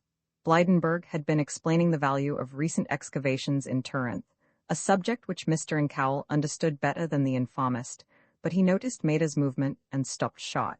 "Come, Milly," he said to his daughter, "let's be going." Milly had sat by his side the entire evening, in stealthy enjoyment of secular music, performed for the first time in her hearing on the Lord's Day. She was a pale, freckled girl, with hair of the shade of Bavarian beer. She was not beautiful, but then she was good, a sort of angel bound in calf. When Milly and her father had disappeared, Maida turned to her husband again. "Do you mind leaving Baden?" she asked. Mr. Incoul eyed her a moment. "Why?" he asked. He had a trick of answering one question with another, yet for the moment she wondered whether he too had heard the conversation behind them, and then, comforted by the thought that in any case the name of Lennox Lee could convey but little to him, she shrugged her shoulders. "Oh, I don't know," she said. "I don't like it, it's hot and crowded. I think I would like the seashore better." "Very good," he answered. "Whatever you prefer, I will speak to Call tonight." Call was the courier. "I don't suppose," he added, reflectively, "that you would care for Trouville. I know I should not." He had risen, and Maida, who had risen with him, was looking down at the gravel, which she toyed nervously with her foot. The opera that had been given that evening was evidently over. A stream of people were coming from the direction of the theatre, and among them was the prince. He was chatting with his companions, but his trained eye had marked Mrs. Incoul, and when he reached the place where she stood he stopped again. "You didn't go in tonight," he said collectively. "It was rather good too." And then, without waiting for an answer, he continued, "Won't you both dine with us tomorrow?" "Oh, we can't," Mater answered. She was tormented with the thought that at any moment Lennox might appear. "We can't, we are going away." The prince smiled in his brown beard. Americans were popular with him. He liked their freedom. There was, he knew, barely one woman in Baden, not utterly bedridden, who would have taken his invitation so lightly. "I am sorry," he said, and he spoke sincerely. Like any other sensible man, he liked beauty and he liked it near him. He knew that Mrs. Incoul had been recently married, and in his own sagacious way, il passait des jalons. "You are to be at Ballaster in the autumn, I hear." Ballaster was a commodious shooting box in Scotland, the possession of an hospitable peer. "Yes, I believe we are," Mater answered. "I hope to see you there." And with these historic words, Prince Charming departed, vi Biarritz after a frühstück of coffee and honey, to which the innkeeper, out of compliment to the nationality of his guest, had added an ear of green corn, a combination, be it said, that no one but a German could have imagined. Mr. Incoul went in search of his friend. He had questioned Call, and the courier had spoken of Ostend with such enthusiasm that his employer suspected him of some personal interest in the place, and struck it at once from the list of possible resorts which he had been devising. On the subject of other bains de mer, the man was less communicative. There was, he said, nothing attractive about Travemund, except the name. Scheveningen was apt to be chilly. Trouville he rather favored, but to his thinking Ostend was preferable. When the courier had gone, Mr. Incoul ran his eye down a mental map of the coast of France, and just as it reached the Spanish frontier, he remembered that someone in his hearing had recently sounded the attractions of Biarritz. On that seaboard he ultimately decided, and it was with the idea that Blydenburg might go further and fare worse that he sought his friend and suggested the advantages of a trip to the Basque country. Mr. Blydenburg had few objections to make. He had taken very kindly to the consumption of beer, but beer had not agreed with him, and he admitted, did he stay in Baden, that in spite of the ill effects he would still be unable to resist the allurements of that insidious beverage. "Act like a man, then," said Mr. Incoul, encouragingly. "Act like a man and flee from it." There was no gainsaying the value of this advice, but between its adoption and a journey to Biarritz the margin was wide. "It is true," he said, reflectively, "I could study the language at the fountainhead." Mr. Blydenburg, it may be explained, was a gentleman who plumed himself on his familiarity with recondite tongues, but one whose knowledge of the languages that are current in polite society was such as is gleaned from the appendices of guidebooks. Mr. Incoul nodded approvingly. Certainly, there would be no difficulty about that. Blydenburg looked at him musingly for a moment and nodded, too. "The name Biarritz," he said, "comes, I am inclined to believe, from Biarritz, 2 oaks. Minucius thinks that it comes from Bihari, 2 rocks, but I have detected Minucius in certain errors, which has made me wary of accepting his opinion. For instance, he claims that the Basques are descendants of the Phoenicians. Nothing could be more preposterous. They are purely Iberian, and probably the most ancient race in Europe. Why, you would be surprised." Mr. Incoul interrupted him cruelly. "I often am," he said. "Now tell me, will you be ready this afternoon? The laundress has just taken my things." "Send after them, then. I make no doubt that there you can find another on the Bay of Biscay." "I wonder what Biscay comes from. By Skye, 2 currents, perhaps. Yes, of course, I will be ready." And as his friend moved away, he pursed his lips abstractedly and made a note of the derivation. A courier aiding, the journey from Baden to Biarritz can be accomplished without loss of life or reason. It partakes something of the character of a zigzag, the connections are seldom convenient, the wayside inns are not of the best, but if people go abroad to be uncomfortable, what more can the heart desire? The Incoul Blydenburg party, impeded by Call, a body servant, and 2 maids, received their allotted share of discomfort with the very best grace in the world. They reached Bayonne after 5 days, not, it is true, of consecutive motion, but of such consecutive heat that they were glad to descend at the station of that excitable little city, and in the fresh night air drive in open carriages over the few kilometers that remained to be traversed. It was many hours before the journey was sufficiently a part of the past to enable the travelers to look about them, but on the evening succeeding their arrival, after a dinner on the veranda of the Continental, They sat with much contentment of spirit, enjoying the intermittent showers of summer stars and the boom and rustle of the waves. Baden was unregretted. To the left, high above, on the summit of a projecting eminence, the white and illuminated casino glittered like an Aryan palace. To the right was the gardened quadrangle of the former Empress of the French. In the air was the scent of seaweed, and before them the infinite. "It's quite good enough for me," Blydenburg confided to his companions, and the confidence in its inelegant terseness conveyed the sentiments of them all. A week passed without bringing with it any incident worthy of record. In the mornings they met at the Moorish pavilion, which stands on the shore, and there lounged or bathed. Maida's beauty necessarily attracted much attention, and when she issued in a floating wrapper from the sedan chair, in which she allowed herself to be carried from the pavilion to the sea, a number of amateurs who stood each day just out of reach of the waves expressed their admiration in winning gutturals. She was assuredly very beautiful, particularly so in comparison with the powdered sallowness of the ladies from Spain, and when, with a breezy gesture of her own, she tossed her wrap to the bather, and with sandaled feet and a white and clinging costume of serge, she stepped to the water, there was one onlooker who bethought him of a nymph of the Aegean Sea. She was a good swimmer, as the American girl often is, and she breasted and dived through the wonderful waves with an intrepidity such as the accompanying baigneur had been rarely called upon to restrain. From the shade of beach chairs, large and covered like wicker tents, her husband and the Blydenburgs would watch her prowess, and when, after a final ride on the crest of some great billow, she would be tossed breathless and deliciously disheveled into the steadying arms of the bather, the amateurs were almost tempted to applaud. In the afternoons there were drives and excursions. One day to Bayonne along the white, hard road that skirts the Chamber d'Amour, through the peace and quiet of Anglet, and on through kilometers of pines to the Edgar, a river so beautiful in itself that all the ingenuity of man has been unable to make it wholly hideous, and thence by its banks to the outlying gardens of the city. On other days they would loiter on the cliffs that overhang the Côte des Basques, or push on to Bidat, a chromatic village where the inhabitants are so silent that one might fancy them enchanted by the mellow marvels of their afternoons. But of all other places, Maida preferred Saint-Jean-de-Luz. It lies near the frontier on a bay of the tenderest blue, and for background it has the hazy amethyst of the neighborly Pyrenees. The houses are rainbows of blended colors. From the open doorways the passer, now and then, catches a whiff of rancid oil, the smell of victuals cooked in fat. From a moldering square, a cathedral casts an unexpected chill, but otherwise the town is charming, warm, and very bright. On the shore stands an inn and next to it a toy casino. To this exotic resort the little party drove one afternoon. It had been originally arranged to pass the day there, but on the day for which the excursion was planned, a Cosse Landaise was announced at Biarritz, and it was then decided that they should first view the Cosse and dine afterwards at St. Jean. At first both Maida and Miss Blydenburg refused to attend the performance, and it was not until they were assured that it was a bullfight for ladies in which there was no shedding of blood that they consented to be present. The spectacle which they then witnessed was voted most agreeable. The bulls, which turned out to be heifers, very lithe and excitable, were housed in boxed stalls, which bore their respective names: Isabel, Rosa, Paquita, Adelaide, Caloter, and Sophia. The ring itself was an improvised arrangement constructed in a great racket cot.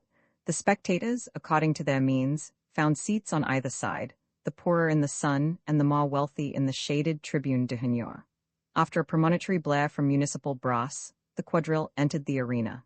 They were a good-looking set of men, more plainly dressed than their bloodier brothers of Spain, and very agile. Two of them carrying long poles stationed themselves at the sides. One, armed with a bob, laid himself down a few feet from Isabel's door, and a fourth threw his soft hat in the middle of the ring, put his feet in it, and stood expectant. In a moment a latch was drawn, Isabel leaped from her stall, bounded over the prostrate form that pricked her on her way, and made a straight rush for the motionless figure in the center of the ring. When she reached him, he was in the air and over her with his feet still in the hat. Isabel was bewildered. Instead of goring a man, she had run her horns into empty space, and in her annoyance she turned viciously at one of the pole-bearing gentlemen who vaulted over her as easily as were he crossing a gutter. But in vaulting, the pole slipped from him, and amid the applause of the audience, Isabel chased him across the ring to a high fence opposite, and to which he rose like a bird with Isabel's horns on his heels. There was more of this amusement, And then Isabel, a trifle tired, was lured back to her box. Rosa was loosed, and the performance repeated. The escapes seemed so hairbreadth that Mr. Blydenburg announced his intention of witnessing a genuine bullfight, and on the way to St. Jean urged his companions to accompany him over the border and view the real article. "There is one announced for next Sunday," he said, "at San Sebastian, a stone's throw from here." The appetite of all had been whetted, and during the rest of the drive, Mr. Blydenburg discoursed on the subject with such learning and enthusiasm that even his daughter consented to forget her Sabbath principles and make one of the projected party. When the meal was done, they went into the toy casino. There was a band playing at one end of the hall, the which was so narrow that the director had been obliged to select thin musicians, and beyond was a paperless reading room, a vague café, a dwarf theatre, and a salle de jeu in white and gamboge. In the latter division, where the high life of St. Jean had assembled, stood a table that resembled a roulette.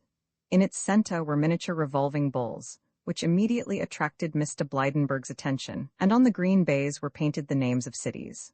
Banderilla, Rugo, Sevilla, the croupier called as the party entered. In one hand he held a rake with which he possessed himself of the stakes of those who had lost, and with the other hand he tossed out coin to those who had won. The machinery was again set in motion, and when the impulse had ceased to act he called out anew, "Espada, Nero, Madrid." Mr. Blydenburg was thoroughly interested. In the residue of 25 French lessons, which he had learned in his boyhood from a German, he made bold to demand information. "It's the neatest game in the world," the croupier replied. 6 for 1 on the cities, even on the colors, even on Banderilla or Espada, and 20 for 1 on Frasculo. And as he gave the latter information, he pointed to a little figure armed with a sword, which was supposed to represent that famous matador. "The minimum," he added, obligingly, "is 50 centimes, the maximum 40 sous. "I'll go Frasculo," said Blydenburg, and suiting the action to the word, he placed a coin on the table. Maida, meanwhile, had put money on everything, cities, colors, Banderilla, Espada, and Frasculo as well. To the surprise of everyone, but most to that of the croupier, Frasculo won. Maida saw 20 francs swept from her and 40 returned. Blydenburg, who had played a closer game, received 40 also, but he lost nothing, and he beamed as joyously as had the University of Copenhagen crowned an essay of his own manufacture. It was by means of these mild amusements that the first week of their sojourn was helped away. Through the kindness of an international acquaintance, Mr. Incoul had been made welcome at the Cercle de Biarritz, and in that charming summer club, where there is much high play and perfect informality, he had become acquainted with a Spaniard, the Marquis of Zunzarraga. One day, when the latter gentleman had wearied of the columns of the Epoca, and Mr. Incoul sought in vain for some refreshment from Galignani, they drew their chairs together and exchanged cigarettes. In answer to the question which is addressed to every newcomer, Mr. Incoul expressed himself pleased with the country, adding that were not hotel life always distasteful he would be glad to remain on indefinitely. "You might take a villa," the Marquis suggested. To this Mr. Incoul made no reply. The nobleman fluttered his fingers a moment and then said, "Take mine, you can have it, servants and all." The Villa Zunzarraga was near the hotel, and its airy architecture had already attracted Mr. Incoul's eye. It was a modern improvement on a feudal chateau. There were turreted wings in which the machicoulis were replaced by astragals, and a broad and double stairway of marble led up to the main entrance. "If you have nothing better to do today," the Marquis continued, "go in and take a look at it. I have never rented it before, but this summer the Marquesser is with the Queen, my mistress, and I would be glad to have it off my hands." After consulting Maida in regard to her wishes, Mr. Incoul determined to act on the suggestion, and that afternoon they went together to view the villa. In its appointments there was little fault to be found. There was no vestibule, unless, indeed, the entrance hall, which was large enough to accommodate a small cotelin, could be so considered. On the right were reception rooms, to the left a dining room, all facing the sea, while at the rear, overlooking a quiet garden that seemed to extend indefinitely and lose itself in the lilac fringes of the tamaris, was a library. On the floor above were bed and sitting rooms. In one wing were the offices, kitchen and servants' quarters, in another was the coach house and stables. Under the guidance of the host, Mr. Incoul went to explore the place, while Maida remained in the library. It was a satisfactory room, lined on 3 sides with low, well-filled bookcases. The windows were daws and extended nearly to the ceiling, but the light fell through pink awnings under which was a veranda, with steps that led to the garden below. From the walls hung selections of Goyas, Proverbios, and Tauromaquia, a series of nightmares in black and white. Among them was a picture of a lake of blood haunted by evil spirits, a vertiginous flight of phantoms more horrible than any Doré ever saw, a reunion of sorcerers with cats for steeds, women tearing teeth from the mouths of the gibbeted, a confusion of demons and incubes, a disordered dance of delirious manolas, caricatures that held the soul of Hoffman, the disembowelment of fantastic chulos, horses tossed by bulls with chimerical horns, but best of all, a skeleton leaning with a leer from the tomb and scrawling on it the significant legend, nada, nothing. In one corner, on a pedestal, there glittered a Buddha, the legs crossed and a smile of indolent apathy on its imbecile features. Behind it was a giant crucifix with arms outstretched like the wings of woe. Maida wandered from bookcase to bookcase, examining the contents with incurious eye. The titles were strange to her and new. In one division were the works of Archelaus, Albert Legrand, Raymond Lull, Armand de Villanova, Nostradamus, and Paracelsus, the masters of occult science. Another was given up to Spanish literature. There were the poems of Bercio, the romancero of the Church, the Codex of Alfonso X, the Justinian of medieval Spain, El Tesoro, a work on alchemy by the same royal hand, and the Conquista d'Ultrama. There was the Libro de Consejos by Sanchez Roman Faw, and Bexero, the Armorial of the Nobility, by his son, Alfonso Roman XI. Therewith was a collection of verse of the troubadours, the songs of Aymeric de Balinci, Falque de Lunel, Carbonel, Nat de Tours, and Riquia, the last of the knight errants. Then came the poems of Juan de Mina, the Dante of Castile, the Rabelasian relaxations of the Archbishop of Hita, the Cancionero of Ozias March, that of Bina, of Stuniga, and that of Ixar. Another bookcase was filled with the French poets, from Villon to Solary. The editions were delicious, a pleasure to hold, and many of them bore the imprint of Lemra. Among them was the Fleurs du Mal, an unexpurgated copy, and by it were the poems of Baudelaire's decadent descendants, Paul Verlaine and Mallarmé. There were other bookcases, and of these there was one of which the door was locked.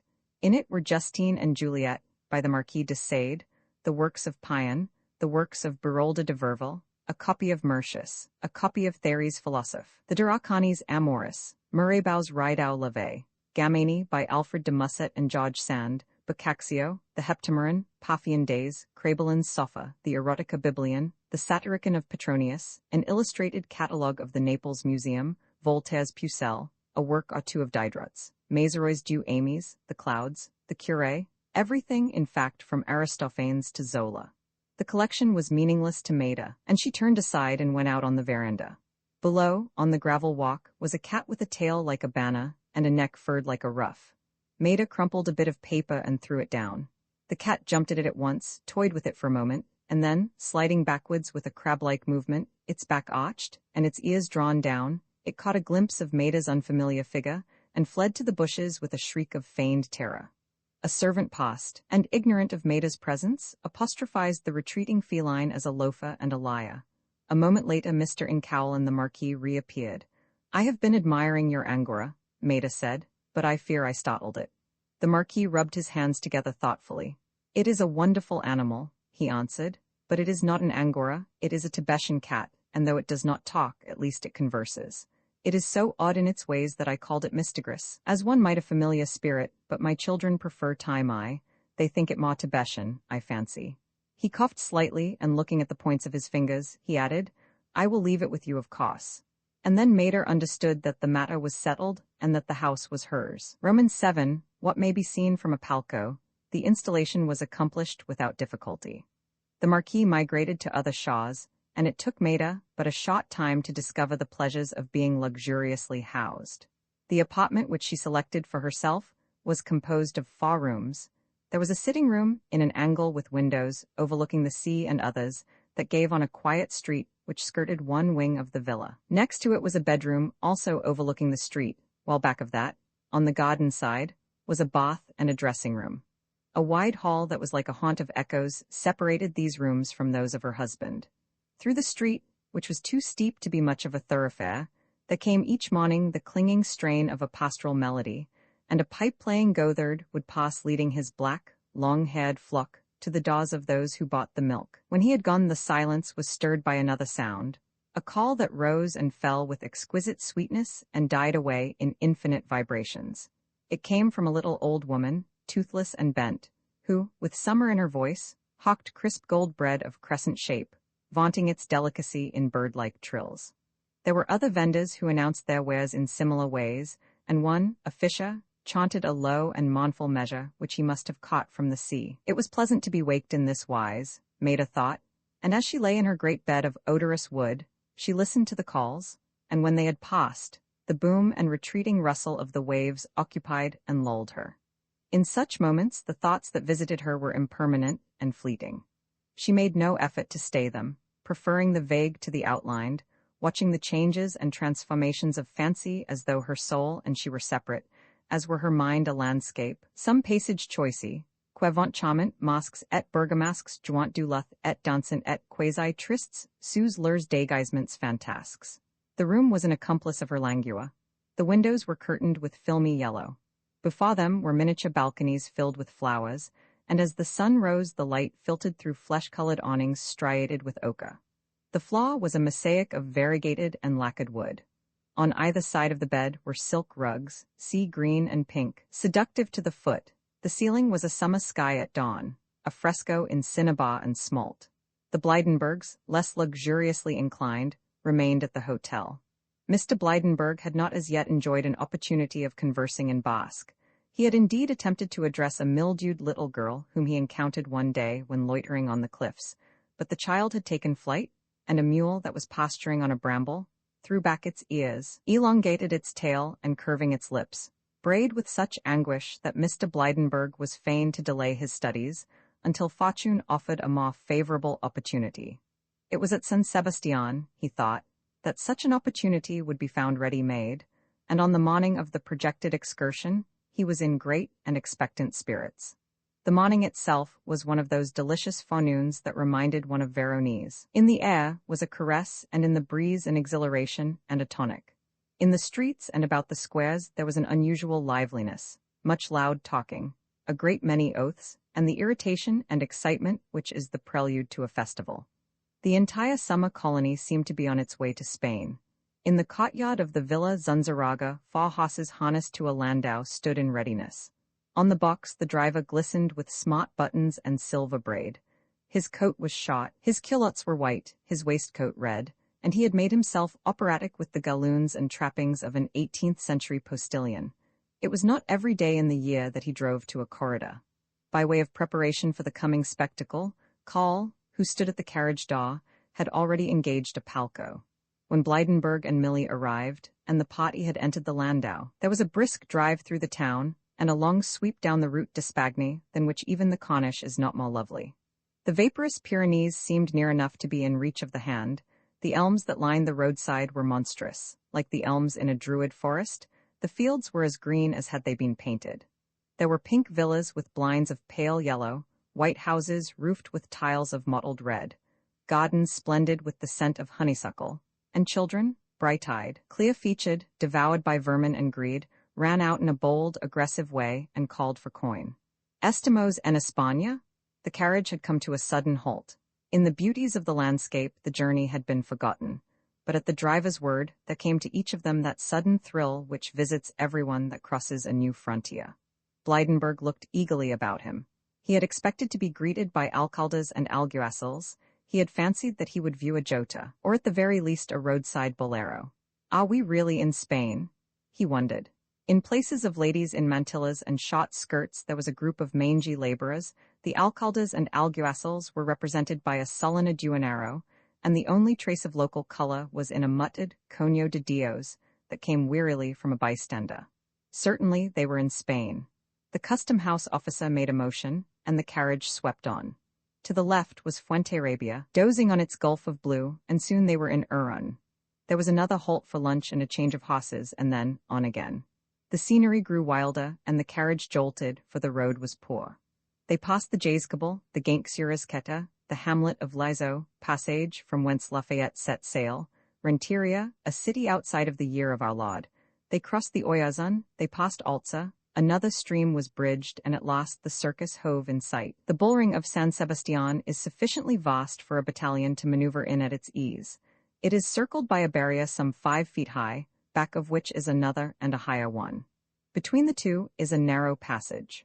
Above the higher barrier rise the tendidos, the stone benches of the amphitheater, slanting upwards until they reach a gallery, in which are the gradas, the wooden benches, and directly over these, on the flooring above, are the palcos or boxes.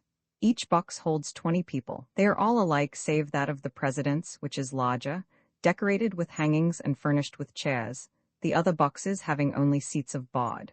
Under the president's box and beneath the tendidos is the toril from which the bulls are loosed. Opposite, across the arena, is the matedero, the gateway through which the horses enter and the dead are dragged out. In the passage between the two barriers are stationed the supes, who cover up the blood, unsaddle dead horses, and attend to other matters of a similar and agreeable nature. There, too, the carpenters stand ready to repair any injury to the woodwork, and among them is a man in black, who at times issues furtively and gives a coup de grace to a writhing beast. There also are usually a few privileged amateurs who seek that vantage ground much as the dilettanti seek the side scenes of the theatre. These arrangements, which it takes a paragraph to describe, are absorbed at a glance, but with that glance there comes an aftershock, a riot of color that would take a library to convey. For the moment the eye is dazzled, a myriad of multicolored fans are fluttering like fabulous butterflies, there are unimagined combinations of insolent hues, a multitude of rainbows oscillating in a deluge of light. And while the eye is dazzled, the ear is bewildered, the pulse is stirred. The excitement of 10,000 people is contagious, the uproar is as deafening as the thunder of cannon. And then, at once, almost without transition, a silence. The president has come, and the most magnificent of modern spectacles is about to begin. Almost simultaneously with the appearance of the chief magistrate of the town, the Incouls and Blydenbergs entered their box. There was a blast from a trumpet, and an official in the costume, known as that of Henry Roman IV, issued on horseback from the matedero. The ring, which a moment before had been peopled with amateurs, was emptied in a trice. The principal actor, the Espada, Mazzantini, escorted by his quadrilla, and followed by the picadors, advanced to the center of the arena, and there amid an explosion of bravos, bowed with a grace like that which Talma must have possessed, first to the president, who raised his high hat in return, and then in circular wise to the spectators. He was young and exceedingly handsome, blue of eye and clear-featured. He smiled in the contented way of one who is sure of his own powers, and the applause redoubled. The Basques have made a national idol of him, for by birth he is one of them and very popular in Gipuzkoa. He was dressed after the fashion of Figaro in the Barbiere. His knee breeches were of vermilion silk seamed with a broad spangle, his stockings were of flesh color. He wore a short, close-fitting jacket, richly embroidered. The vest was very low but gorgeous with designs. About his waist was a scarlet sash. His shoulders were heavy with gold, and on his head was a black pompon turban, the Toro variety of the Tam O'Shanta. His costume had been imitated by the chulos and banderilleros. Nothing more seductive could be imagined. They were all of them slight, lithe, and agile, and behind them, the picadors in the Moorish splendor of their dress looked like giants on horseback. The president dropped from his box the key of the toril. The alguacil is supposed to catch it in his hat, but in this instance he muffed it. It was picked up by another. The alguacil fled from the ring. The picadors stationed themselves lance in hand at equal distances about the barrier. The chulos prepared their mantles. There was a ringing fanfare. The doors of the toril flew open, and a black monster with the colors of his ganaderia fastened to his neck shot into the arena. If he hesitated, no one knew it. There was a confused mass of horse, bull, and man. He was away again. Another picador was down, and then attracted by the waving cloak of a chulo, he turned and chased it across the ring. The chulo was over the fence in a second, and the bull rose like a greyhound and crossed it, too. Truly a magnificent beast. The supes and amateurs were in the ring in an instant and back again when the bull had passed. A door was opened, and surging again into the ring, he swept like an avalanche on a picador, and raising him horse and all into the air, flung him down, as it seemed, into the very pits of death. The picador was under the horse, and the bull's horns were seeking him, but the brute reckoned without the espada. Mazzantini had caught him by the tail, which he twisted in such exquisite fashion that he was fain to turn, and as he turned the espada turned with him. The chulos meanwhile raised the picador over the barrier, for his legs and loins were so heavy with iron that once down he could not rise unassisted. Across the arena, a hoss lay quivering in a bath of gaw, his feet entangled in his entrails, and another, unmounted, staggered along dyeing the sand with zigzags of the blood that spouted, fountain-like, from his breast, and over all was the tender blue of the sky of Spain. When Mazzantini loosed his hold, he stood a moment, folded his arms, gave the bull a glance of contempt, turned on his heel, and sauntered away. The applause was such as no cabotin has ever received. It was the delirious plaudits of 10,000 people drunk with the sun, with excitement, intoxicated with blood. Mazzantini bowed as calmly as were he a tenor, whose ut de poitrine had found appreciation in the stalls. And while the applause still lasted, the bull caught the staggering, blindfolded, unprotected hoss and tossed him sheer over the barrier, and would have jumped after him had he not perceived a fourth picador ambling cautiously with pointed lance. At him he made a fresh rush, but the picador's lance was in his neck and held him away.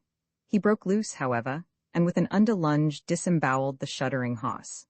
There was another blast of the trumpets, the signal for the banderilleros whose office it is to plant barbs in the neck of the bull. A delicate operation, for the banderillero must face the bull, and should he trip he is dead. This ceremony is seldom performed until the bull shows signs of weariness, then the barbs act like a tonic.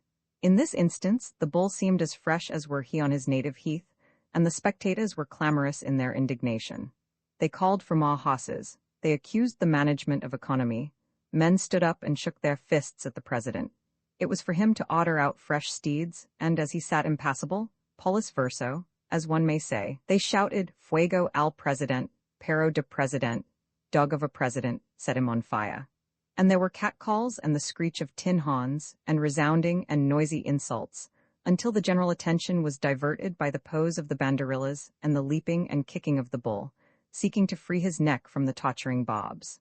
At last, when he had been punctured 8 times, he sought the center of the ring, and stood there almost motionless, his tufted tail swaying nervously, his tongue lolling from his mouth, a mist of vapor circling from his nostrils, seething about his splendid horns and wrinkled neck, and in his great eyes a look of wonder, as though amazed that men could be crueler than he. Again the trumpets sounded. Mazzantini, with a sword concealed in a muleter of bright scarlet silk, and accompanied by the chulos, approached him. The chulos flaunted their vivid cloaks, and when the bull, roused by the hated colors to new indignation, turned to chase them, they slipped aside, and in the center of the ring stood a young man dressed as airily as a dancer in a ballet, in a costume that a pin would have perforated, and before him a maddened and a gigantic brute. In a second the bull was on him, but in that second a tongue of steel leaped from the muleter, glittered like a silver flash in the air, and straight over the lowered horns it swept and then cleaved down through the parting flesh and touched the spring of life. At the very feet of the espada the bull fell. He had not lost a drop of blood. It was the supreme expression of tauromaquia, the recognition that skill works from force. And then the applause? There was a whirl of hats and cigars and cigarettes, and had San Sebastian been richer, there would have been a shower of coin. Women kissed their hands and men held out their arms to embrace him. It was the delirium of appreciation, and Mazzantini saluted and bowed and smiled. He was quite at home, and calmer and more tranquil than any spectator. Suddenly there was a rush of caparisoned mules, ropes were attached to the dead horses, the bull was dragged out, the blood was concealed with sand, the toilet of the ring was made, the trumpets sounded, and the last act of the first of the wonderful cycle of dramas was done. There were 5 more bulls to be killed that day, but with their killing the action with which these pages have to deal need not be further delayed. From the box in the sombra, Mr. Incoul had watched the spectacle with unemotional curiosity. Blydenburg, who had fortified himself with the contents of a pocket flask, manifested his earliest delight by shouting bravo, but with such a disregard of the first syllable, and such an explosion of the second, that Mr. Incoul, mistaking the applause for an imitation of the bark of a dog, had at last begged him to desist. The adjoining box was crowded, and among the occupants was a delicious young girl, with the Orient in her eyes, and lips that said, "Drink me." To her, the spectacle was evidently one of alluring pathos. "Pobre caballo," she would murmur when a horse fell, and then with her fan she would hide the bridge of her nose as though that were her organ of vision. But no matter how high the fan might be raised, she always managed to see, and with the seeing there came from her compassionate little noises, a mingling of I and Dios mio, that was most agreeable to listen to. Miss Blydenburg, who sat so near her that she might have touched her elbow, took these little noises for signals, and according to their rise and fall learned when and when not to look down into the terrible ring below. In the momentary intermission that occurred after the duel between the Espada and the first bull, a mozo, guided by call, appeared in the box bearing with him cool liquids from the caverns beneath. Blydenburg, whose throat was parched with brandy and the strain of his incessant shouts, swallowed a naranjada at a gulp. Mr. Incoul declined to take anything, but the ladies found much refreshment in a concoction of white almonds, which affects the tonsils as music affects the ear. It was not until this potion had been absorbed that Maida began to take any noticeable interest. She had been fatigued by the drive, enervated by the heat, and the noise and clamor was certainly not in the nature of a sedative. But the almonds brought her comfort. She changed her seat from the rear of the box to the front, and sat with one arm on the balustrade, her hand supporting her delicate chin, and as her eyes followed the prowess of the bull, she looked like some fair Pasiphae in modern guise. It must have been the novelty of the scene that interested her. The light, the unusual and brilliant costumes, the agility of the actors, and the wonder of the sky, entered, probably, as component parts into any pleasure that she experienced. Certainly it could have been nothing else, for she was quick to avert her eyes whenever blood seemed imminent. The second bull, however, was far less active than the first. He had indeed accomplished a certain amount of destruction, but his attacks were more perfunctory than angered, and it was not until he had been irritated by the colored bobs that he displayed any lively sense of resentment. Then one of the banderilleros showed himself either awkward or timid. He may have been both. In any event, his success was slight, and as the Spanish audience is not indulgent, he was hissed and hooted at. "Give him a pistol," cried some, the acme of sarcasm. "Toro de las Marinas," cried others. He was offered a safe seat in the tendidos. One group adjured the president to order his instant imprisonment. One might have thought that the tortures of the Inquisition could not be too severe for such a lout as he. Maida, who was ignorant of the duties of a banderillero, looked down curiously at the gesticulating crowd below. The cause of their indignation she was unable to discover, and was about to turn to Mr. Blydenburg for information, when there came a singing in her ears. The question passed unuttered from her thoughts. The ring, the people, the sky itself had vanished. Near the toril, on a bench of stone, was Lennox Lee. Roman 8, an unexpected guest. Gradually the whirling ceased, the singing left her ears.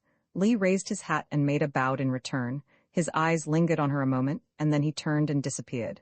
"A friend of mine, Mr. Lee, is down there," the girl announced. Her husband looked over the rail. "He's gone," she added. "I fancy he is coming up here." "Who's coming?"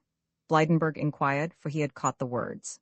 "A friend of my wife's," Mr. Incoul answered. "A man named Lee. Do you know him?" "Mrs. Manhattan's brother, isn't he?" "No, I don't know him, but Millie does, I think. Don't you, Millie?" Millie waved her head vaguely. She indeed knew the young man in question, but she was not overconfident that he had ever been more than transiently aware of her maidenly existence.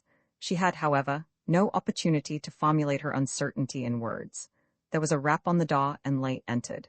Mr. Incoul rose as becomes a host. The young man bowed collectively to him and the Blydenburgs. He touched Maida's hand and found a seat behind her. A bullfight differs from an opera in many things, but particularly in this, that there may be exclamations, but there is no attempt at continuous conversation.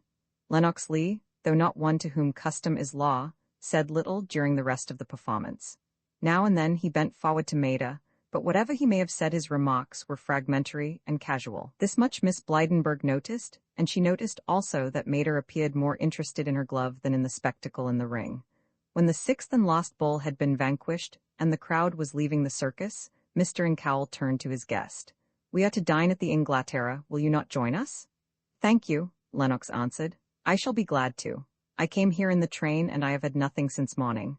I have been ravenous for hours, so much so," he added lightly, "that I have been trying to poison my hunger by thinking of the dishes that I dislike the most, be a soup, for instance, stewed snails, cop cooked in sweetmeats, or unseasoned salads of cactus hearts." "I don't know," Mr. Incoul answered gravely. "I don't know what we will have tonight. The dinner was ordered last week. They may have cooked it then." "Possibly they did. On a fiesta San Sebastian is impossible. There are 7,000 strangers here today, and the accommodations are insufficient for a third of them. I want to know, exclaimed Blydenburg, always anxious for information. They had moved out of the box and, aided by the crowd, were drifting slowly down the stair. At the salida, Call stood waiting to conduct them to the carriage. If you will get in with the ladies, said Mr. Incoul, Blydenburg and myself will walk. The hotel can't be far. To this proposal the young man objected. He had been sitting all day, he explained, and preferred to stretch his legs. He may have had other reasons, but if he had, he said nothing of them. At once, then, it was arranged that the ladies, under Call's protection, should drive to the Inglaterra, and that the others should follow on foot. Half an hour later, the entire party were seated at a table overlooking the Concha. The sun had sunk into the ocean as though it were imbibing an immense blue syrup. On either side of the bay rose miniature mountains, Augullo and Egeldo tiaraed with fortresses and sloped with green. To the right in the distance was a great unfinished casino, and facing it, beneath Augullo, was a cluster of white ascending villas. The dusk was sudden. The sky, after hesitating between salmon and turquoise, had chosen a lapis lazuli, which it changed to indigo, and with that for flooring the stars came out and danced. The dinner passed off very smoothly. In spite of his boasted hunger, Lennox ate but sparingly. He was frugal as a Spaniard, and in the expansion which the heavy wine of the country will sometimes cause, Mr. Blydenburg declared that he looked like one. Each of the party had his or her little say about the corrida and its emotions, and Blydenburg, after discoursing with much learning on the subject, declared, to whomsoever would listen, that for his part he regretted the gladiators of Rome. As a topic, the bullfight was inexhaustible. Every thread of conversation led back to it, and necessarily, in the course of the meal, Lennox was asked how it was that he happened to be present. I arrived at Biarritz from Paris last night, he explained, and when I learned this morning that there was to be a bullfight, I was not in a great hurry to do anything else than to buy a ticket and take the train. Was it crowded? Blydenburg asked in his florid way. Rather. It was comfortable enough till we reached Irun, but there I got out for a Spanish cigar, and when I returned, the train was so packed that I was obliged to utilize a first-class ticket in a third-class car. None of the people who lunched at the buffet were able to get back. I suppose 300 were left. There was almost a riot. The station master said that Irun was the head of the line, and to reserve a seat one must sit in it. Of course those who had seats were hugely amused at those who had none. One man, a Frenchman, bullied the station master dreadfully. He said it was every kind of an outrage, that he ought to put on more cars, that he was incompetent, that he was imbecile, that he didn't know his business. It's the law, said the station master.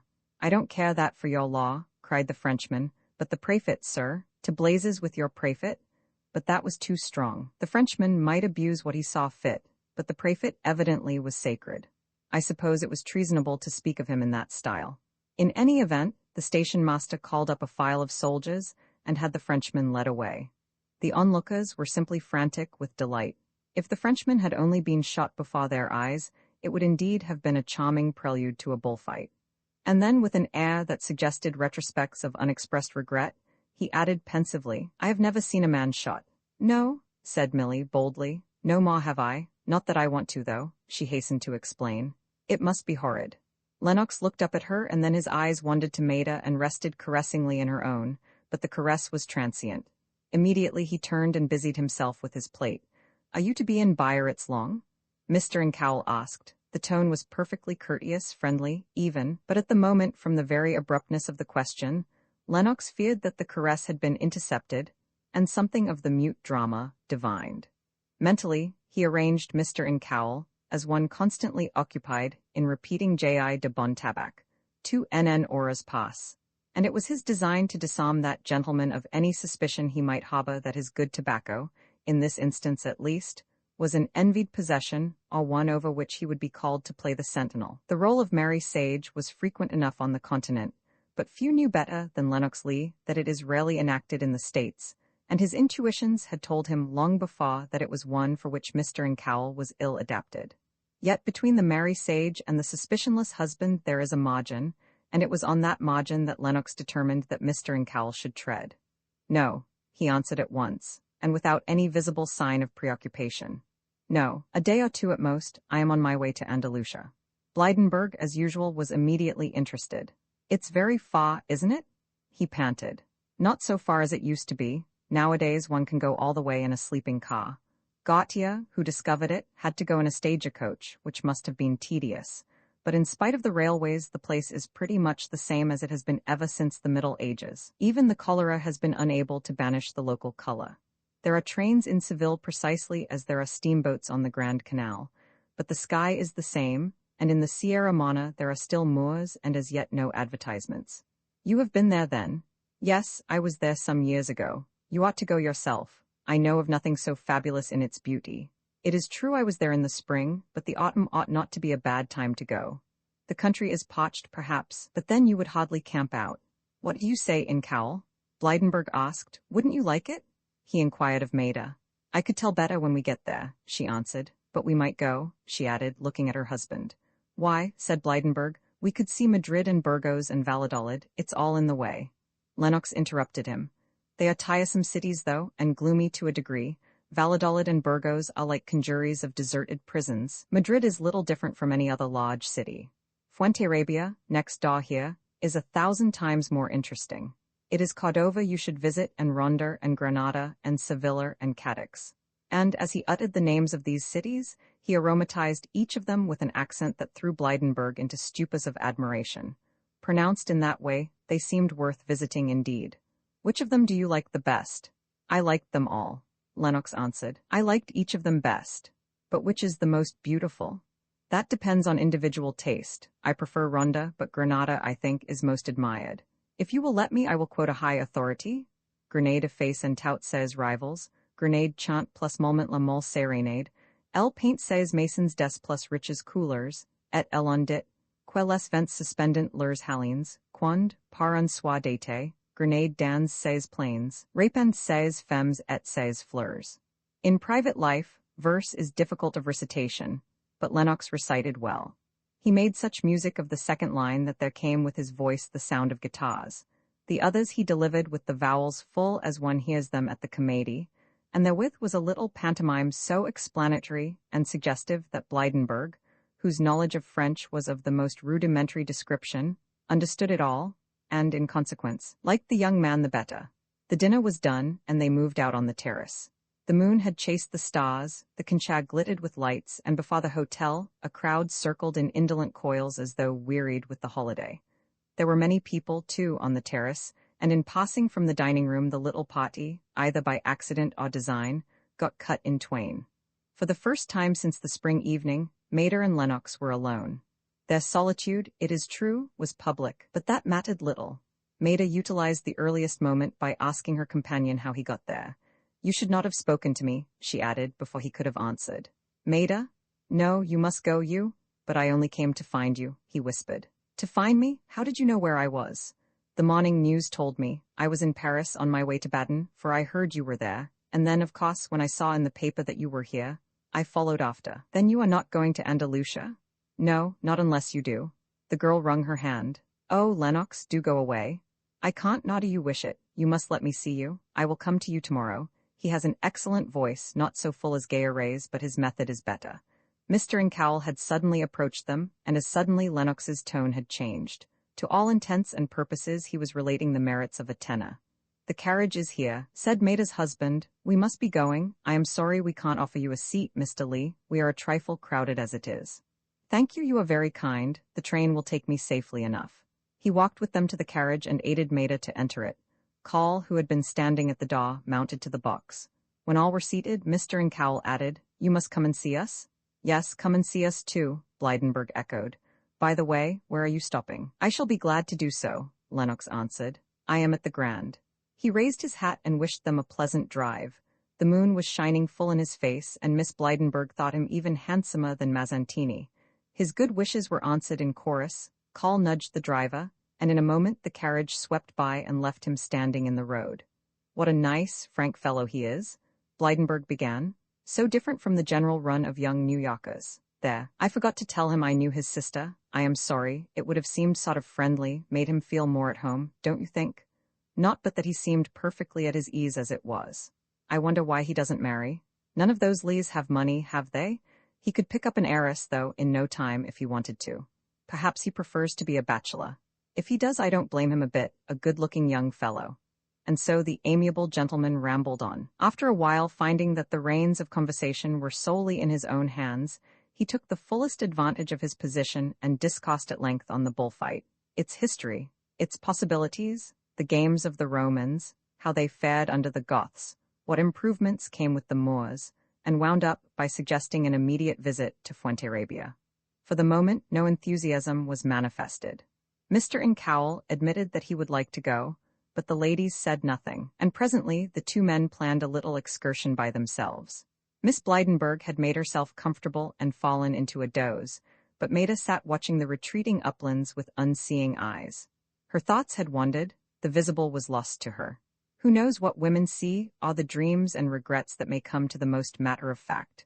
Not long ago at the opera, in a little Italian town, the historian noticed an old lady, one who looked anything but sentimental, for that matter rather fierce than otherwise, but who, when Cherubino had sung his enchanting song, brushed away a furtive and unexpected tear. Voi ci sapit indeed. Perhaps to her own cost she had learned and was grieving dumbly, then over some ashes that the strain had stirred, and it is not impossible that as Maida sat watching the retreating uplands, her own thoughts had circled back to an earlier summer, when first she learned what love might be. Roman 9. Mr. Incoul dines in Spain on the morrow. Mr. Blydenburg consulted his guidebooks. The descriptions of Fuenterrabia were vague but alluring.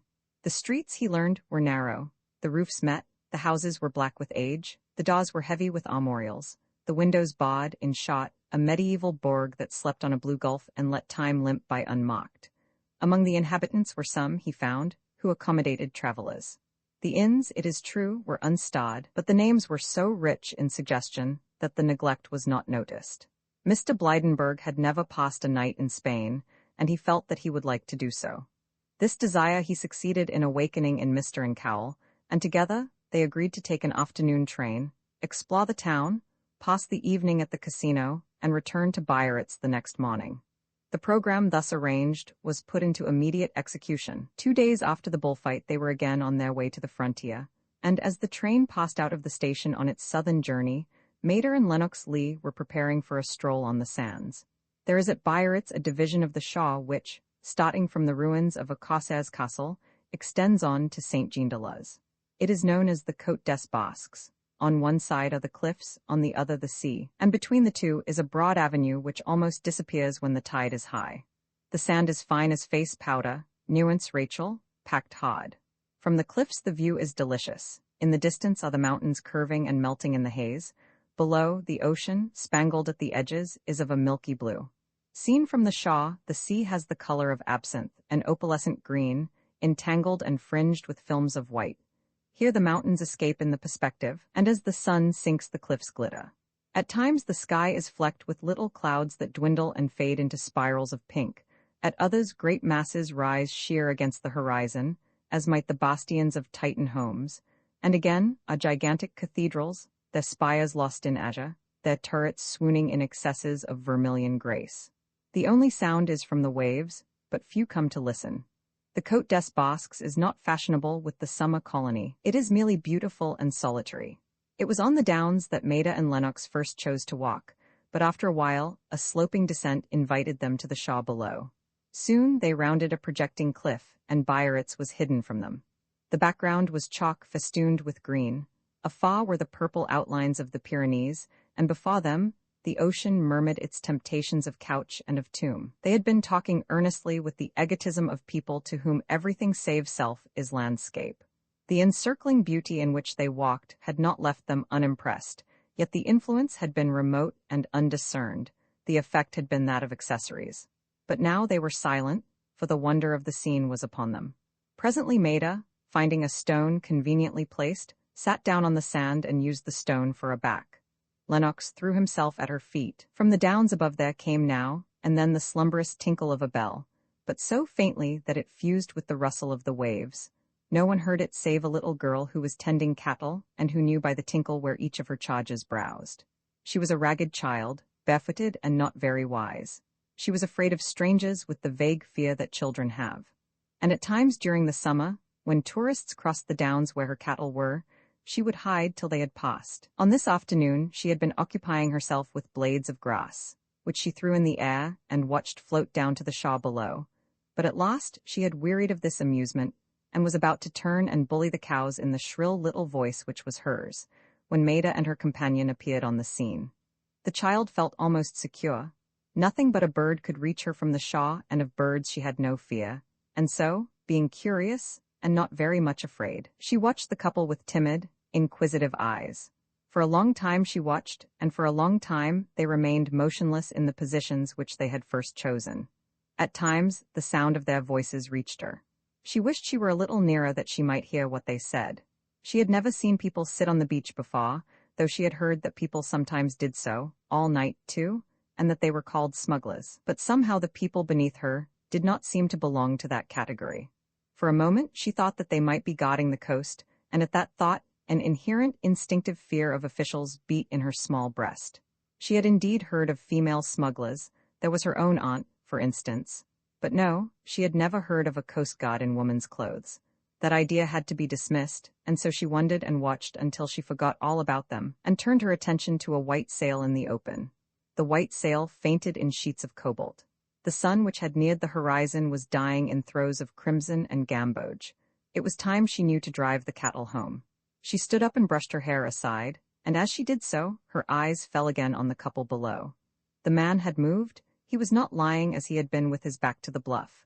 He was kneeling by his companion. Her head was on his shoulder. Her arms were about his neck, and his mouth was close to hers. The little maid smiled knowingly. She had seen others in much the same attitude. The mystery was dissolved. They were neither gods nor smugglers. They were lovers. And she ran on at once through the bramble and called shrilly to the cows. The excursionists, meanwhile, had reached Henday and had been ferried across the stream that flows between it and Fuenterrabia. At the landing they were met by a gentleman in green and red, who muttered some inquiry. The boatman undid the straps of the valise which they bore, and this rite accomplished, the gentleman in green and red looked idly in them and turned as idly away. The boatman shouldered the valises again, and started for the inn. Mr. Incoul and his friend were both men to whom the visible world exists, and they followed with lingering surprise. They ascended a sudden slope, bordered on one side by a high white wall in which lizards played, and which they assumed was the wall of some monastery, but which they learned from the boatman concealed a gambling house, and soon entered a small grass-grown plaza.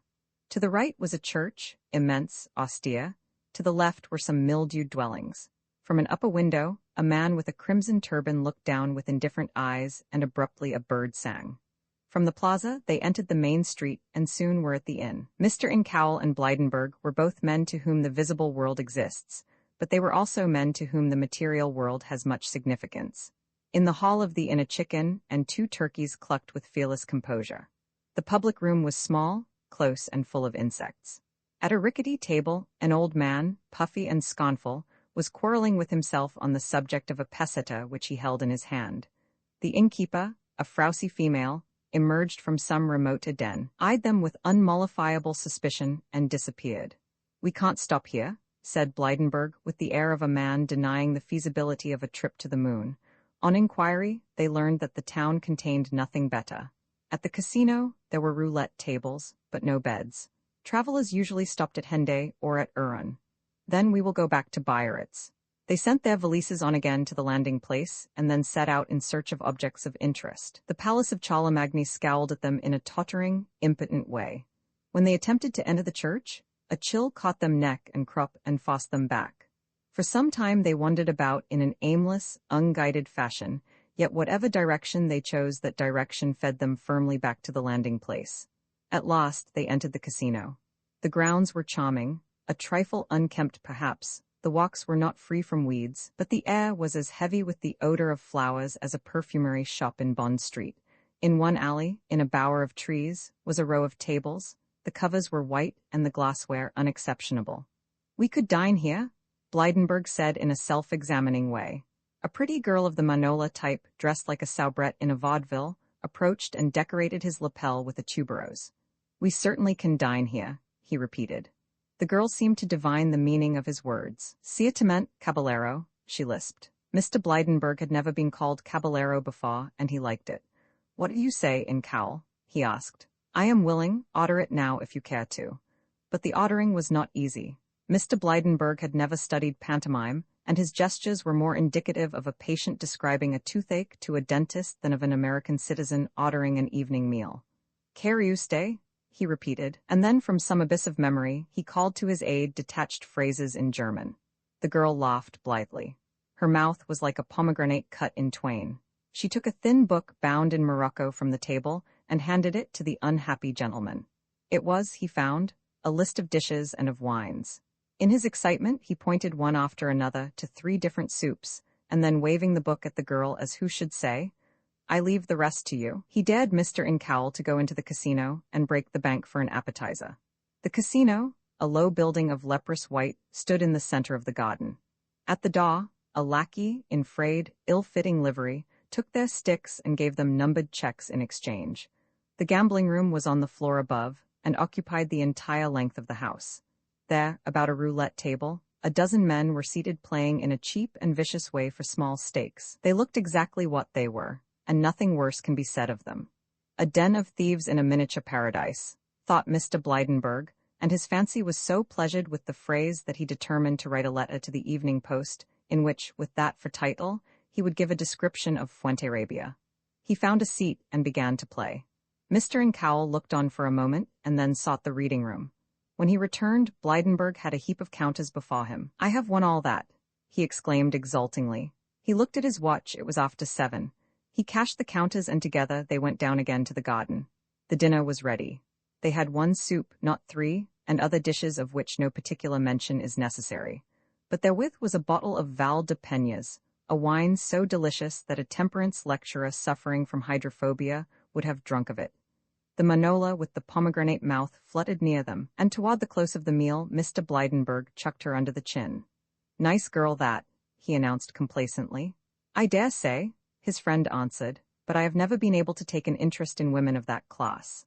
Blydenburg was flushed with winnings and wine. He did not notice the snub and proceeded to relate an after-dinner story of that kind in which men of a certain age are said to luxuriate.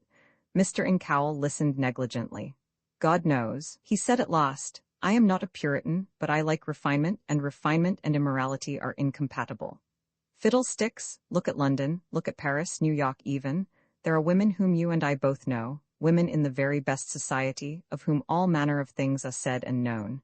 You may call them immoral if you want to, but you cannot say that they are not refined. I say this, were I related in any way, were I the brother, father, the husband of such a woman, I would wring her neck. I believe in purity in women, and I believe also in purity in men. Yes, it's a good thing to believe in, but it's hard to find." Mr. Incoul had spoken more vehemently than was his wont, and to this remark he made no answer. His eyes were green, not the green of the cat but the green of a tiger, and as he sat with fingers clenched and a cheerless smile on his thin lips, he looked a modern hunter of the Holy Grail. The night train leaves Hendaye a trifle after 10, and soon as Sereno was heard calling the hour, and declaring that all was well. It was time to be going, they knew, and without further delay they had themselves ferried again across the stream. The return journey was unmarked by adventure or incident. Mr. Blydenburg fell into a doze, and after dreaming of the pomegranate mouth awoke at Biarritz, annoyed that he had not thought to address the manolar in Basque. At the station they found a carriage, and as Blydenburg entered it, he made with himself a little consolatory pact that some day he would go back to Fuenterrabia alone. The station at Biarritz is several miles from the town, and as the horses were slow, it was almost 12 o'clock before the Continental was reached. Blydenburg alighted there, and Mr. Incoul drove on alone to the villa. As he approached it, he saw that his wife's rooms were illuminated. For the moment he thought she might be waiting for him, but at once he knew that was impossible, for on leaving he had said he would pass the night in Spain. The carriage drew up before the main entrance. He felt for small money to pay the driver, but found nothing smaller than a louis. The driver, after a protracted fumbling, declared that in the matter of change he was not a bit better off. "Where is the cabman who was ever supplied?" Rather than waste words, Mr. Incoul gave him the louis and the man drove off, delighted to find that the old trick was still in working order. Mr. Incoul looked up again at his wife's window, but during his parley with the driver, the lights had been extinguished. He entered the gate and opened the door with a key. The hall was dark. He found a match and lit it. On the stair was Lennox Lee. The match flickered and went out, but through the open door the moon poured in. The young man rubbed his hat as though uncertain what to do or say. At last he reached the door, I am at the Grand, you know, he hazarded. Yes, I know, Mr. Incoul answered, and I hope you are comfortable. Lee passed out. Mr. Incoul closed and bolted the door behind him. For a moment he stood very still. Then turning, he ascended the stair.